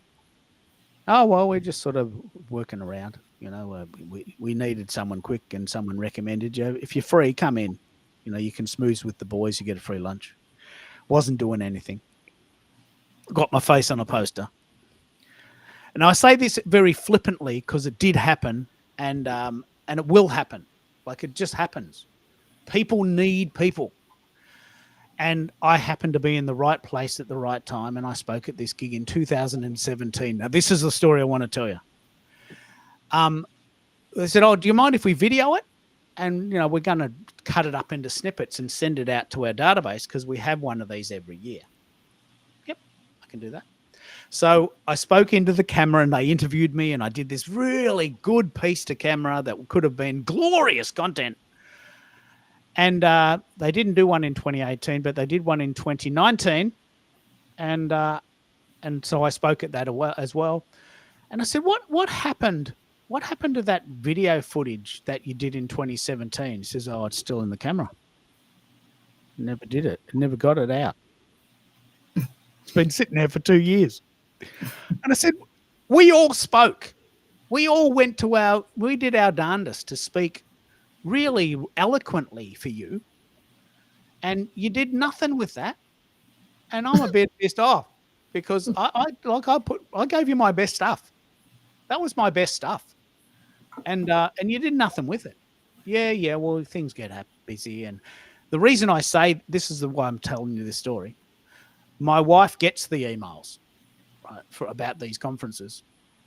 The guy's name is Jane Nair, not Jay Nair, not Jane Eyre, the English writer or the English character from Jane Austen movies, or was it Emily Bronte? Anyway, Jane Eyre, his name was Jay Nair, right? So that's why we remember it. And she goes, "Keith, I keep getting these emails from this guy about these events I don't want to go to 2 weeks before the event. I don't hear from him for a year. And then 2 weeks before the event, he's really, really pissed off because he's got no one coming. And he hassles the shit out of me for 2 weeks."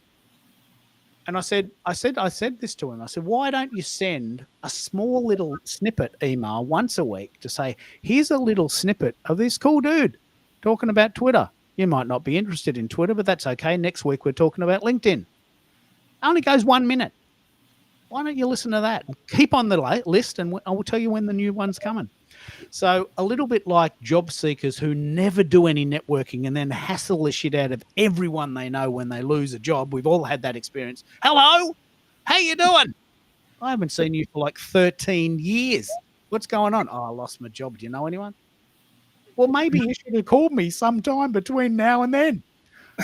We could still be friends. Now you're just using me." Right? So this happens, Bez. This stuff happens. People want people to speak at their conferences, and they need people. And without speakers, they don't have a conference. Like, so don't ever get embarrassed that you ask them to speak, because they need you. Without speakers, they don't have a conference. And anyone who's any good That's won't do it for free. So if I rang Gary Vee and they says, "Oh, guess what? We got a conference on next week." No one came. The main person spoke, dropped out. You're free next Friday night? Yep, that'd be 10 grand. 10 grand? I mean, it's only 1 hour. Well, that's my price. I'm doing something. I'm going to the game, actually, and I'd rather go to the game because he's in a position where he can say no.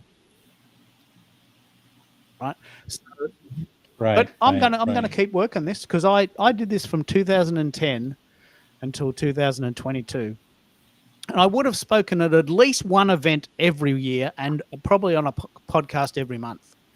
I got hundreds and hundreds and hundreds of hours of content and hundreds of friends. And tell us, what do you think? What would you like to talk about it? In what context? Would you travel? Would you get on a plane? Do you want to speak locally? Would you do it online? What would you like? Give me some. I would do all. I would do all, but there's a couple areas I can speak in. I can speak in regards to recruiting or HR. You know, I have that expertise. I can also speak to community building. I can speak to volunteerism. I can speak about LinkedIn, you know, tips and tricks, hacks. I'm pretty good at it. I can speak about careers, the job search, from early career to even, you know, executives and whatnot. What else could I speak on? You could do you could do a mastermind. Have everybody look into your new up and coming mastermind. You know, you'd have to. I could do that. I could do that too. Yeah. I mean, hey, I mean, yeah, this is great. We're masterminding right here. We're talking about ideas. So absolutely. I mean, I'll send you some stuff. You've seen hundreds of these articles, 10 top experts to follow on Twitter, right? Yeah. You've seen all of those. Mm-hmm. Well, people run events on this. Yeah. I want to share this story. I'm sure you know it, but this is probably my most inspiring hero story. So Michael Stelzner started this thing called Social Media Examiner, which we've all heard of now. But when he started it, he started with a podcast once a week, which I think is still going. And he spoke to people once a week for 50 weeks, 52 weeks, because he never has a break. And then once a year, he would do a conference, and the 50 people that spoke at that conference, on that podcast, speak at the conference, including Chocolate Johnny. And another friend of mine, the Tim Tam girl. I'll tell you about her in a minute. So once a week, he does a podcast for free to build the audience, and he sees which people get more traction. And he goes, "Oh, look, that episode went really, really, really well. Let's do another one to test the water. And if that person gets another lot of stuff, I'm inviting her to the conference." Several of my friends have spoken at this conference. So you go to the conference and like 50 speakers, all chock-a-block, all A-level, experts in their field. Michael Stelzner's already pre-formatted them by having them on his podcast. He goes, "Oh, you're good, and people like you. Come to the conference." Right?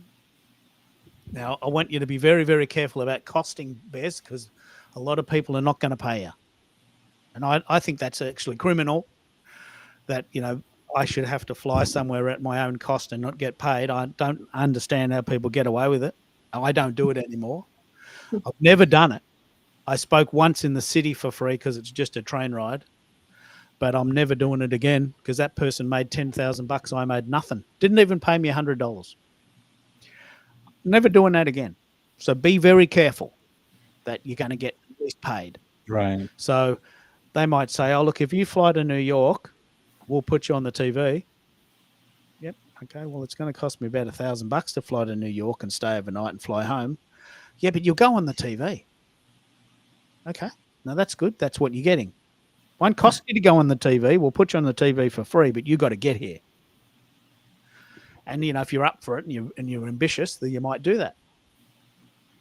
So Right. you've got to be very, very, very careful that you're getting a fair deal. And a couple of times I was willing to play the game, and I think I got a bit, sort of shafted there, but I learned. I listened. No one got hurt. No one got hurt. Mhm. I just sort of wasted a lot of time. Maybe wasted a lot of time, but they're very exhausting, these conferences, especially if you're speaking.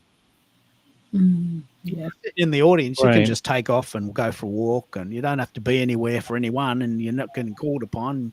You're just a silent witness in the audience. You can do whatever you want. But if you're speaking, you're sort of on call. Hey, Keith, it's your turn next. We got to mic you up. All right, no worries. That's going to take 10 minutes. And they put you in the back, and they put a special mic on, and you got to wear the garb. And then you're on stage, and hey, it's me. I'm here. Hello. I mean, I'd hate that. Right. Mhm. But I did it all for nothing. And eventually I just said I'd rather not. But I'm going to work this for you.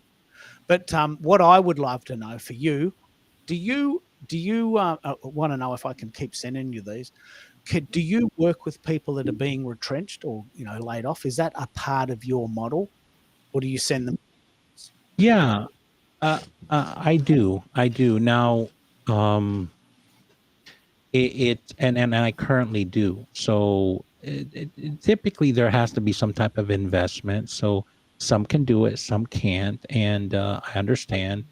Um, there's going to be, but I've done so much for free over the years. Like I've done a lot of free stuff that I'm at that stage where now I'm charging for it, and I mean, I think I'm reasonable, depending what kind of program you want and what kind of level. So, um, is my price going to go up in the future? Absolutely, but I'm sort of working my way up. It's like when you're, what's the benefit of working with me right now is you get me at a founder's price, which is beneficial to you. It's beneficial for me because I'm building the plane as I'm flying it. So I'm not polished at any means, but I can give really good transformational advice, and we're going to do it live. What and I'm do going to most record it. job Yeah. seekers really want? Do they expect you to work for nothing? No, I don't think so. I'll give you an example. Somebody reached out to me. We were supposed to get on a call yesterday. It didn't happen. So we got on a call tonight, and HR executive, and I didn't even. I was just seeing, just catching up. It's been a while since I talked to them, and they're on the job hunt. And they said, they sort of surprised me. I was gonna get around to it, but but it was more like a friend call and hey, catching up, and they said, hey Bez, how do I work with you? I need a coach. And I'm like, okay. So they took the first step. I said, look, I've got to go pick up my wife from work right now, and I'm 1 minute late, and it's raining outside. I don't want to keep her outside. So she goes, okay, so we're going to talk again tomorrow, but she wants to engage. So I got several programs going on right now, one early career, and then two on senior level executive type. We I guess he lost left. him. There he is.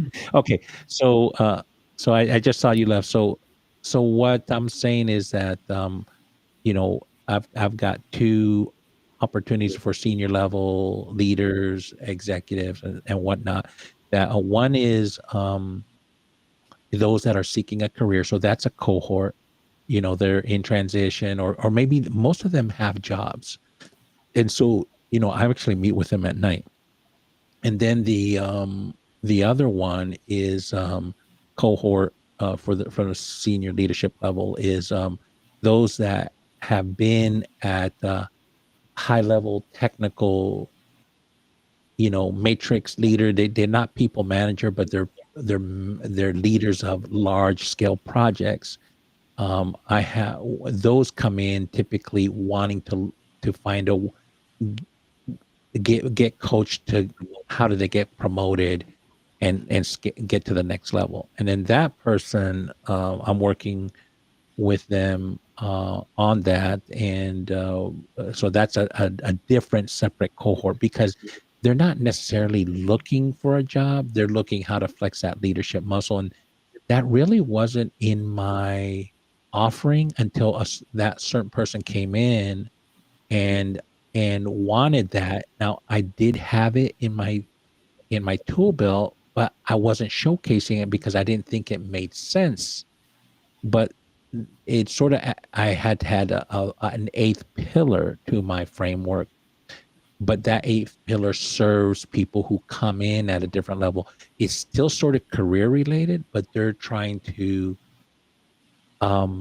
get in a position so they can get promoted and start going to on the people management side. So I hope that, I hope I was clear as mud on that, but It's very that's important. a Like, few as I entry said, points. I was a career coach from 2007 to 2012, 5 years.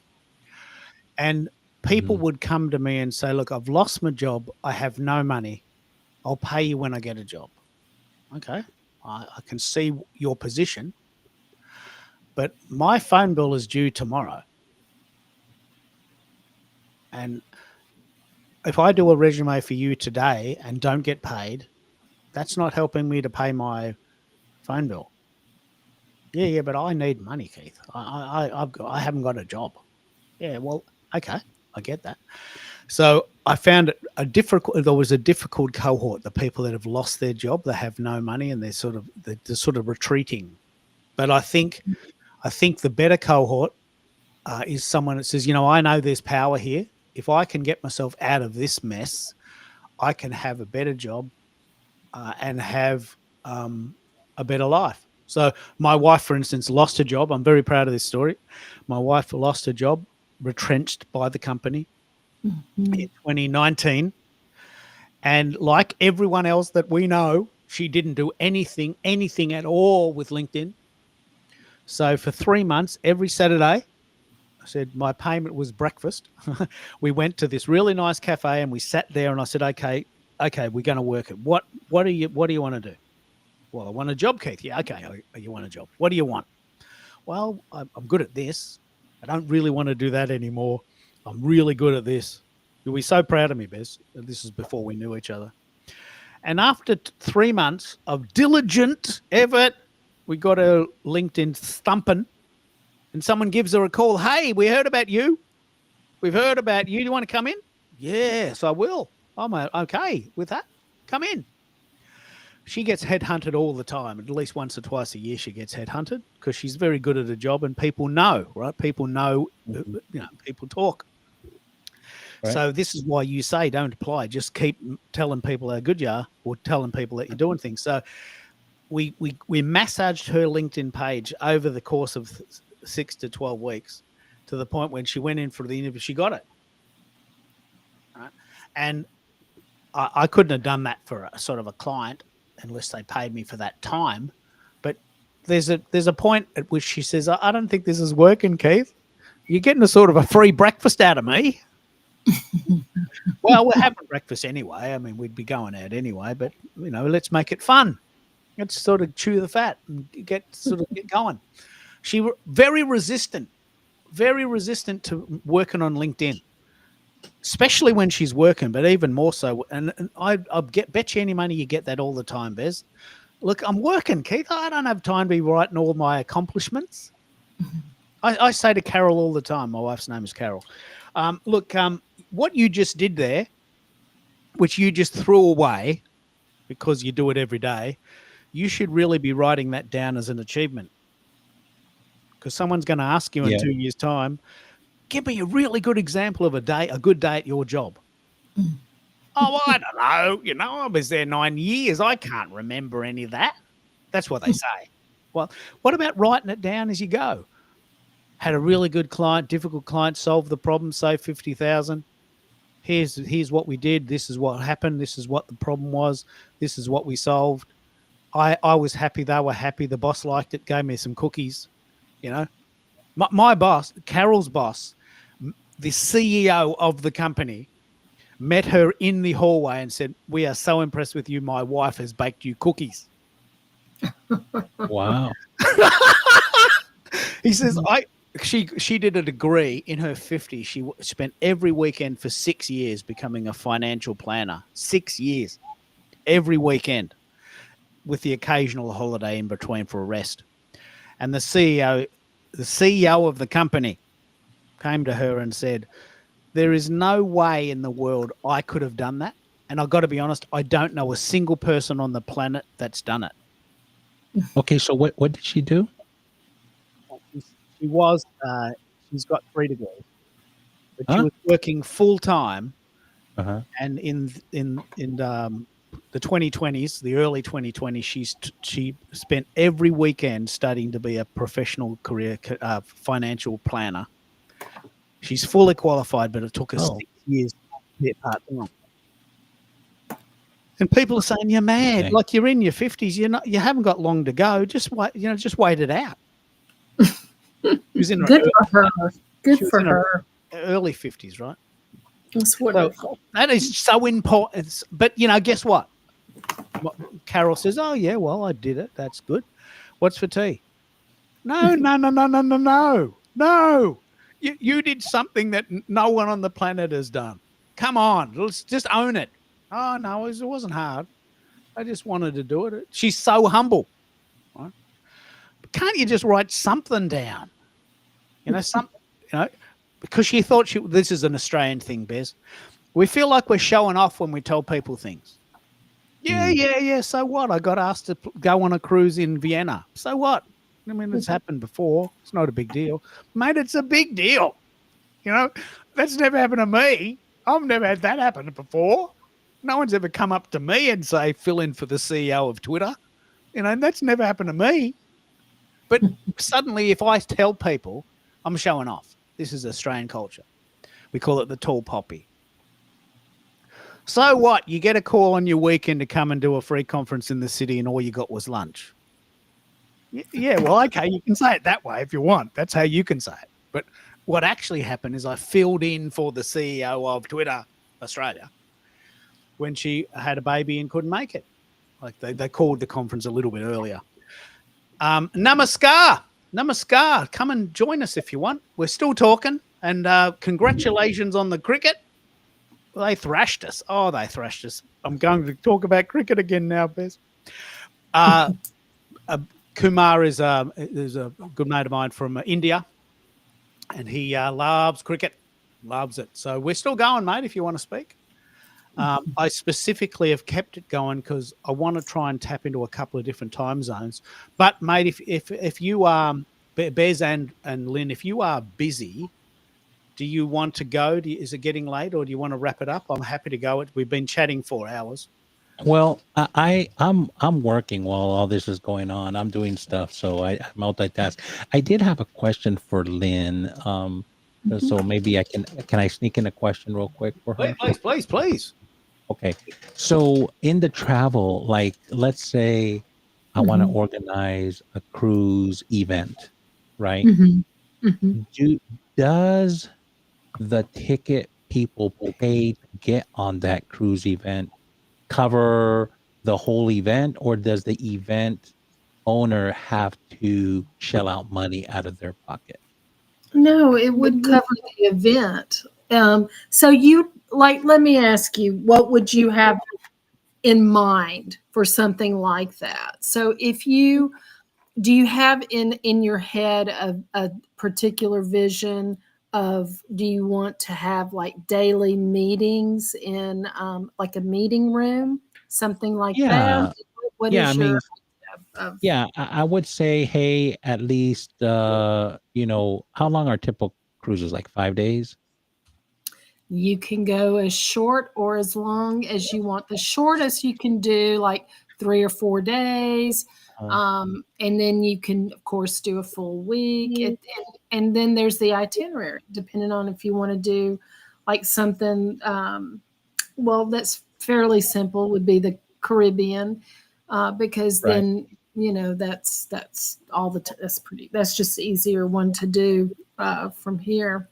And those I would probably recommend. And then how do you want, well, let me ask you this. How do you want to, if you were going to put something like that together, is it going to be adults only? Are you going to have it Great with question. bring their families, that kind of thing? I think it would be nice if if they could bring their family, but that's an extra cost for them, right? Well, it is, because what usually in a cabin is, it counts as two to a room. So Okay. you're going to have that. But if let's say you had adult kids, you want to bring them, you would put them in the cabin next door, or you could do a suite. You can always do that. But I would not. I would just, if I had teenagers, I'd throw them in an insider cabin. Right. Yeah, But I aren't you think mixing the message, aren't you? If you're at a business conference, do you really want your kids there? yeah, Some that's a would. good question. Yeah, some would. I think you're starting to see people that are more interested in a work-life balance, right? Oh yeah. So you could I don't know, you might get more people to come if they're able to bring their family and have fun at the same time. So now obviously right now it's hurricane season. I don't know if I would want to plan one during hurricane season, but Right. maybe Mm. once hurricane season passes, give things time to, you know, you got to have some lead time, right? So I mean, there's a lot of ideas. So yeah, I'd love to Rotary explore could do this. something. I think Yeah. I think Rotary. Imagine a conference on water. I've got a conference cruise. I mean, you're having one in Taiwan or Taipei.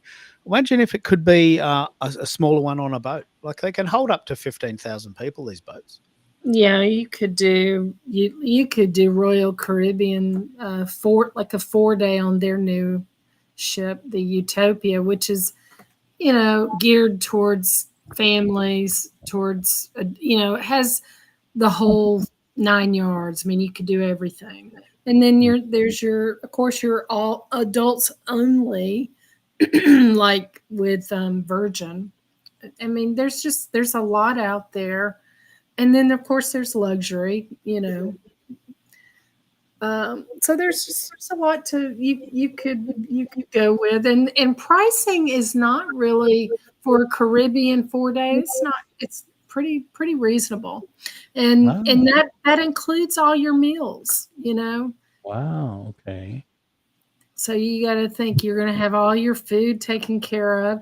The only thing you would have extra, if you are you want to have drinks, then you'd probably want to add the drink package, unless you are maybe like a glass of wine, here or there. It might not be really worth it.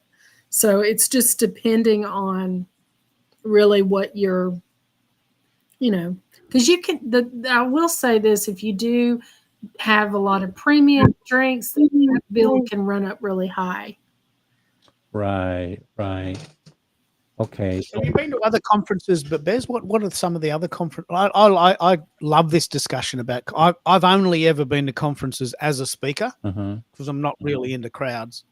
So I would never go to a conference by myself just for the content. But I have been to many as a speaker. What have you had conferences? Tell me what you've done so far as a sort of a participant. Have you been to conferences before, and what do you like about it? I've I try to go to the business related ones, right? Where they have LinkedIn locals. I'll go to ones that are around HR or talent acquisition, which is my profession. Now, I haven't gone one around career coaches yet, but I can see that on the horizon. Um, and yeah, I like them more business related. And now I've been to quite a bit of virtual ones that are around online marketing and learning that part of it.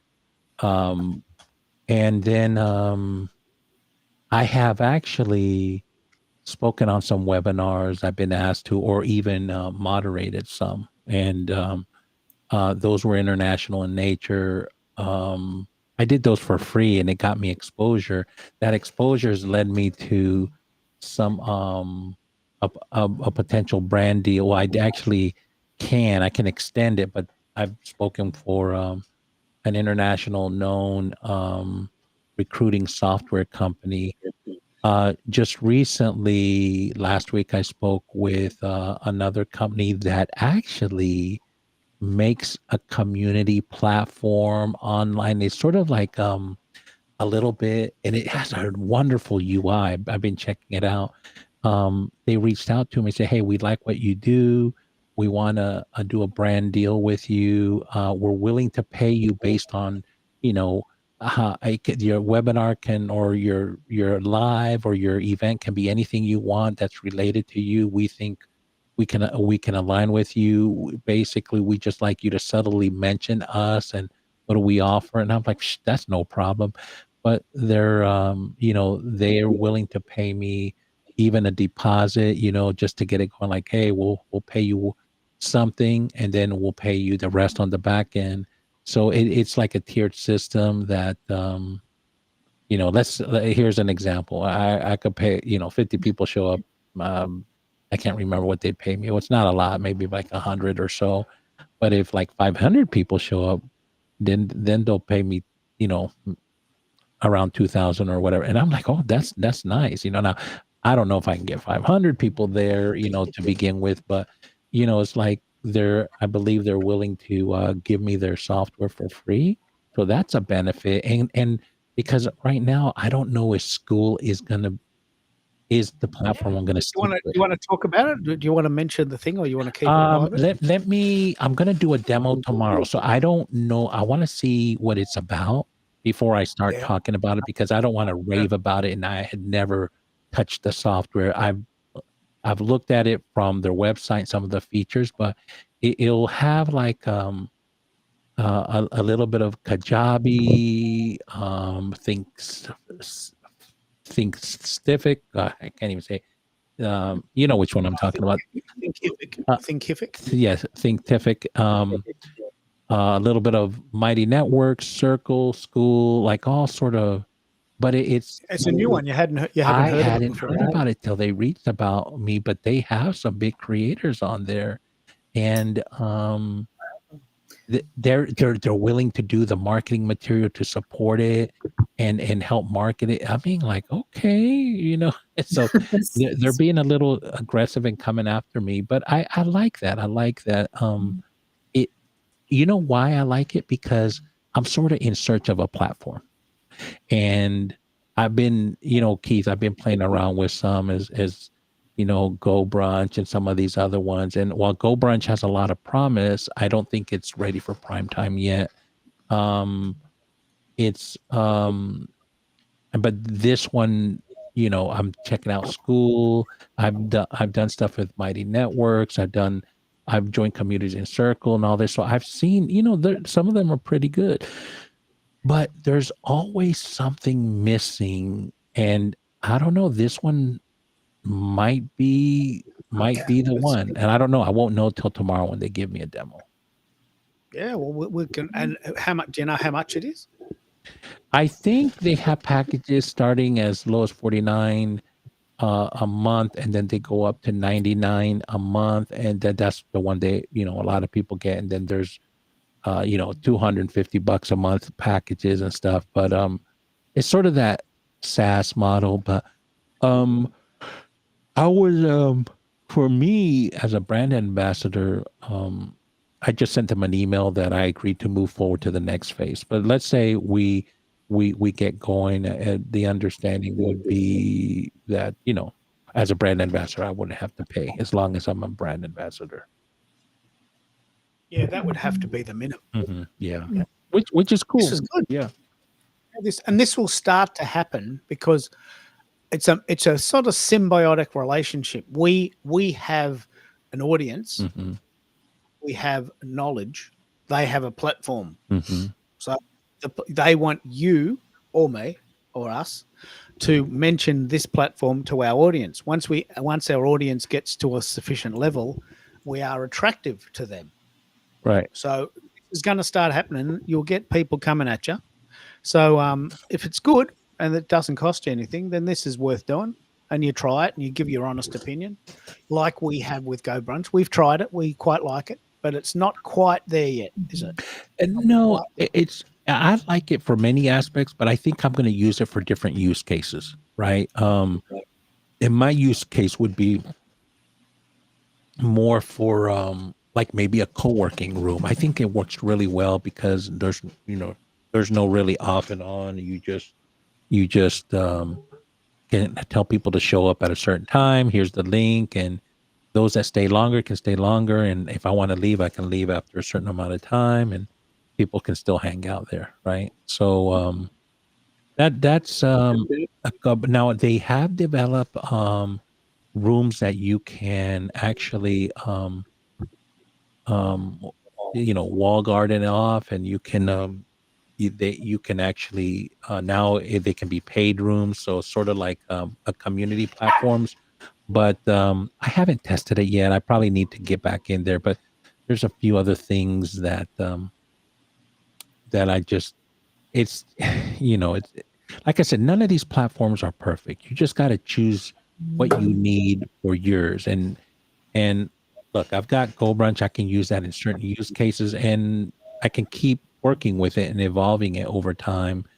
And it has its place, but then, some other things also have a place, sort of like how I still use Zoom, and, how I use whatever, it's just everything for me has to have a use case, right?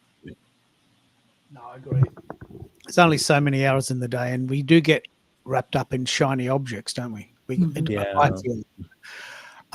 What I love about what we're doing here is I sort of feel that we are like the pioneers moving forward. Like, I often tell this story about the movie Avatar, which is arguably one of my favorite movies of all time. And I say to people that we get there first, write a book, and then when you come, we give you the manual. Right? So in a way, we're like explorers. Substack's not brand new, but it's brand new for non-writers. Like, everyone that I talk to is using Substack writes.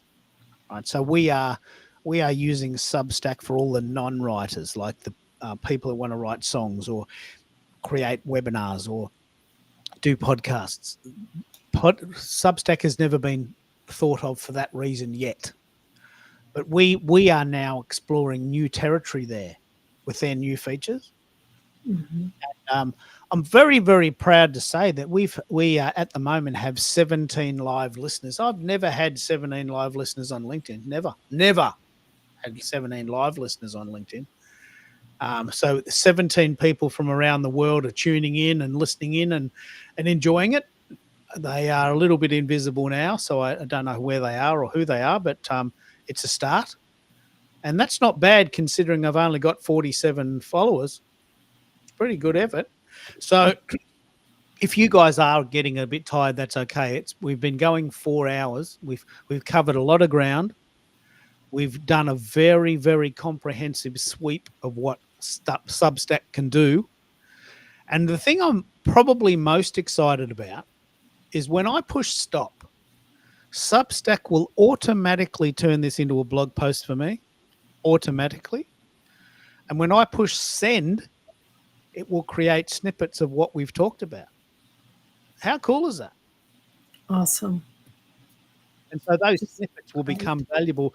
I noticed Lynn, you got some snippets that I didn't get. And do you get them too? As someone who's on the call, do you get snippets as well of my events? Is that how you got them? Is that how you saw them? You know, I thought that maybe on the snippet that I posted, you mean, from the last event? Yeah. Mine was. How did I get that? I'm thinking I did. How did I do that, Keith? That's a good question. The reason I asked is because I that wasn't one of the ones that I got myself, and it occurred to me, possibly as someone who's on the call, you might get snippets from the time you were on the call. Do you get snippets of our calls, Bez?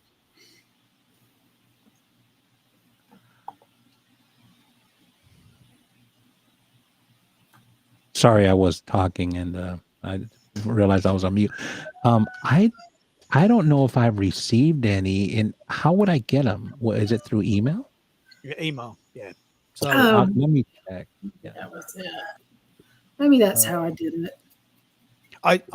It's very interesting for me to know, because a couple of I've got a really, really, really, really funny story to tell you in a minute. But I've noticed that a couple of snippets that I don't get myself have surfaced on the internet at times that I thought, oh, well, I'm not sure I would have shared that if I had got it, but it's out there now, so I can't take it back. But what happened during the week is that I Googled, and we actually spent a lot of time on whether or not Substack is good for SEO, and the jury is still out. We actually think probably not. But I Googled Keith Keller Substack, right? And this very, very, very random reference came up about fentanyl,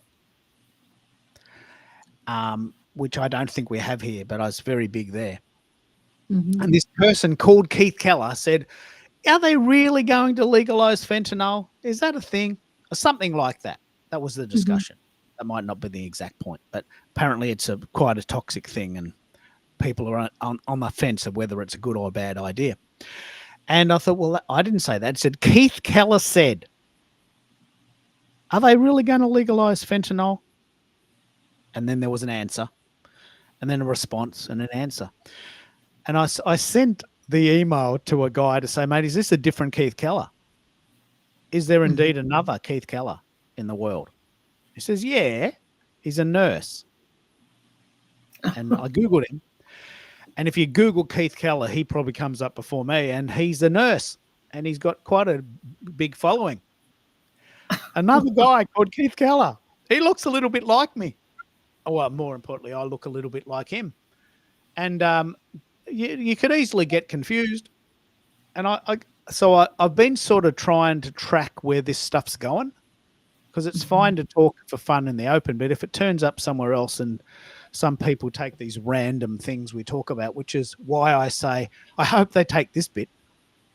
I wish I had a button that says, take this bit, record this bit, because this is the bit we want, not this random bit of me talking about fentanyl. It wasn't me talking about fentanyl, but have you ever had that, Bez? Have you got someone else with your name in the world? Is it a common name?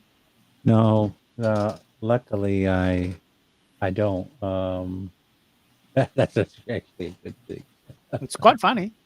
Yeah. If you Google Keith Keller Substack, this random reference to fentanyl comes up for this nurse, who's probably a wonderful person and quite famous. Anyway, he's sort of stealing my thunder a bit. But we share the Keith Keller moniker on Google. You know, I got to get more stuff out there, get my name higher. But my gut feeling is that Substack does not work on SEO. Right. Which is fine. That's just one thing it doesn't do. It does a whole lot of other things. But SEO is pretty important. I mean, imagine if someone Googled your name, Bez, and another person came up and they rang them and says, hey, can you come on this cruise on the Rhine in Austria? We'll pay everything and you just have to turn up and talk. Yeah, well, that's really cool. Why are you calling me? I'm a veterinarian. Oh, I thought you were a career coach. No. I help fix dogs. Okay, well, got the wrong Bez. Has it ever happened to you, Lynn? Have you got a somewhat common name-ish, or have you got your name to yourself? Well, I think I do share it with other Lin Langs, but when I Google myself, of course, the first thing that I come up on is LinkedIn. So my LinkedIn, it comes first if you Google me. Yeah. Before anything else. It must be a thing. Mm-hmm. I once, I might end on this story. This is quite funny. I had a person contact me and said, look, I've got a very bizarre hobby. My name is Keith Keller and I collect Keith Kellers. And he had 185 Keith Kellers on Facebook, all with the same name, obviously different story. So this Keith Keller, his hobby was collecting Keith Kellers. That's his hobby. I mean, what a bizarre thing to put on your resume. What do you do? Keith Keller collector. No, I was number 84 of 185. 185 Keith Kellers on the internet, all competing for that sort of space. So I don't know what to do about that, but I don't think any of them are from Australia. So I got that to myself. What I might do now, we have had quite a big discussion about Suno and whether or not we believe it's a good thing or a bad thing. So what I'm going to do very, very deliberately and very intentionally is say that I use Suno for fun, that this is not a business venture, and I am very open to the idea that this may eventually become illegal. So I'm not going to do that. But I created a song. I created 8 versions of this song, but I think this is a lovely one to end on. It's a ballad. It's in a minor key. And what I want you to do, when it is late there, I want you to imagine turning off the lights and putting on your phone or your lighter, and imagine yourself at the end of the night at a Bon Jovi concert singing your favorite song, and, just singing into the void with your candles going. And I think I'm very proud of this. Like, I wrote this on Monday. I created it on Monday. It's pretty good. Have a listen to this. Substack is going mainstream. From a niche to a digital dream. Voices rise, breaking the frame. It's a new frontier with a familiar name. It started as a whisper, a spark in the feed. Creators find their voice and created light speed. We are scaling up without selling out. Gentle souls finding an audience without having to shout. It's still very early in these golden days. The crowd's not too loud and the tech will amaze. Substack is going mainstream. From a niche to a digital dream. Voices rise, breaking the frame. It's a new frontier with a familiar name. The challenge is the balance to stay true and free. Hold that creator soul in the storming sea. 2025, the year we decide how far the wave goes, how wide the tide. Can we scale the mountain without losing the art? Every platform's heartbeat starts in the heart. Substack is going mainstream. From a niche to digital dream. Voices rise, breaking the frame. It's a new frontier with a familiar name.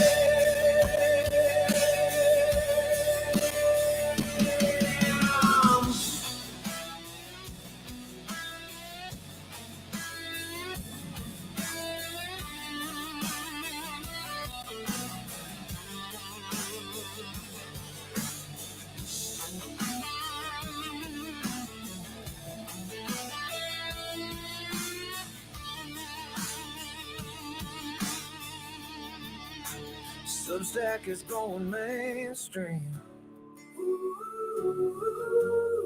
From a niche to a digital dream. Voices rise.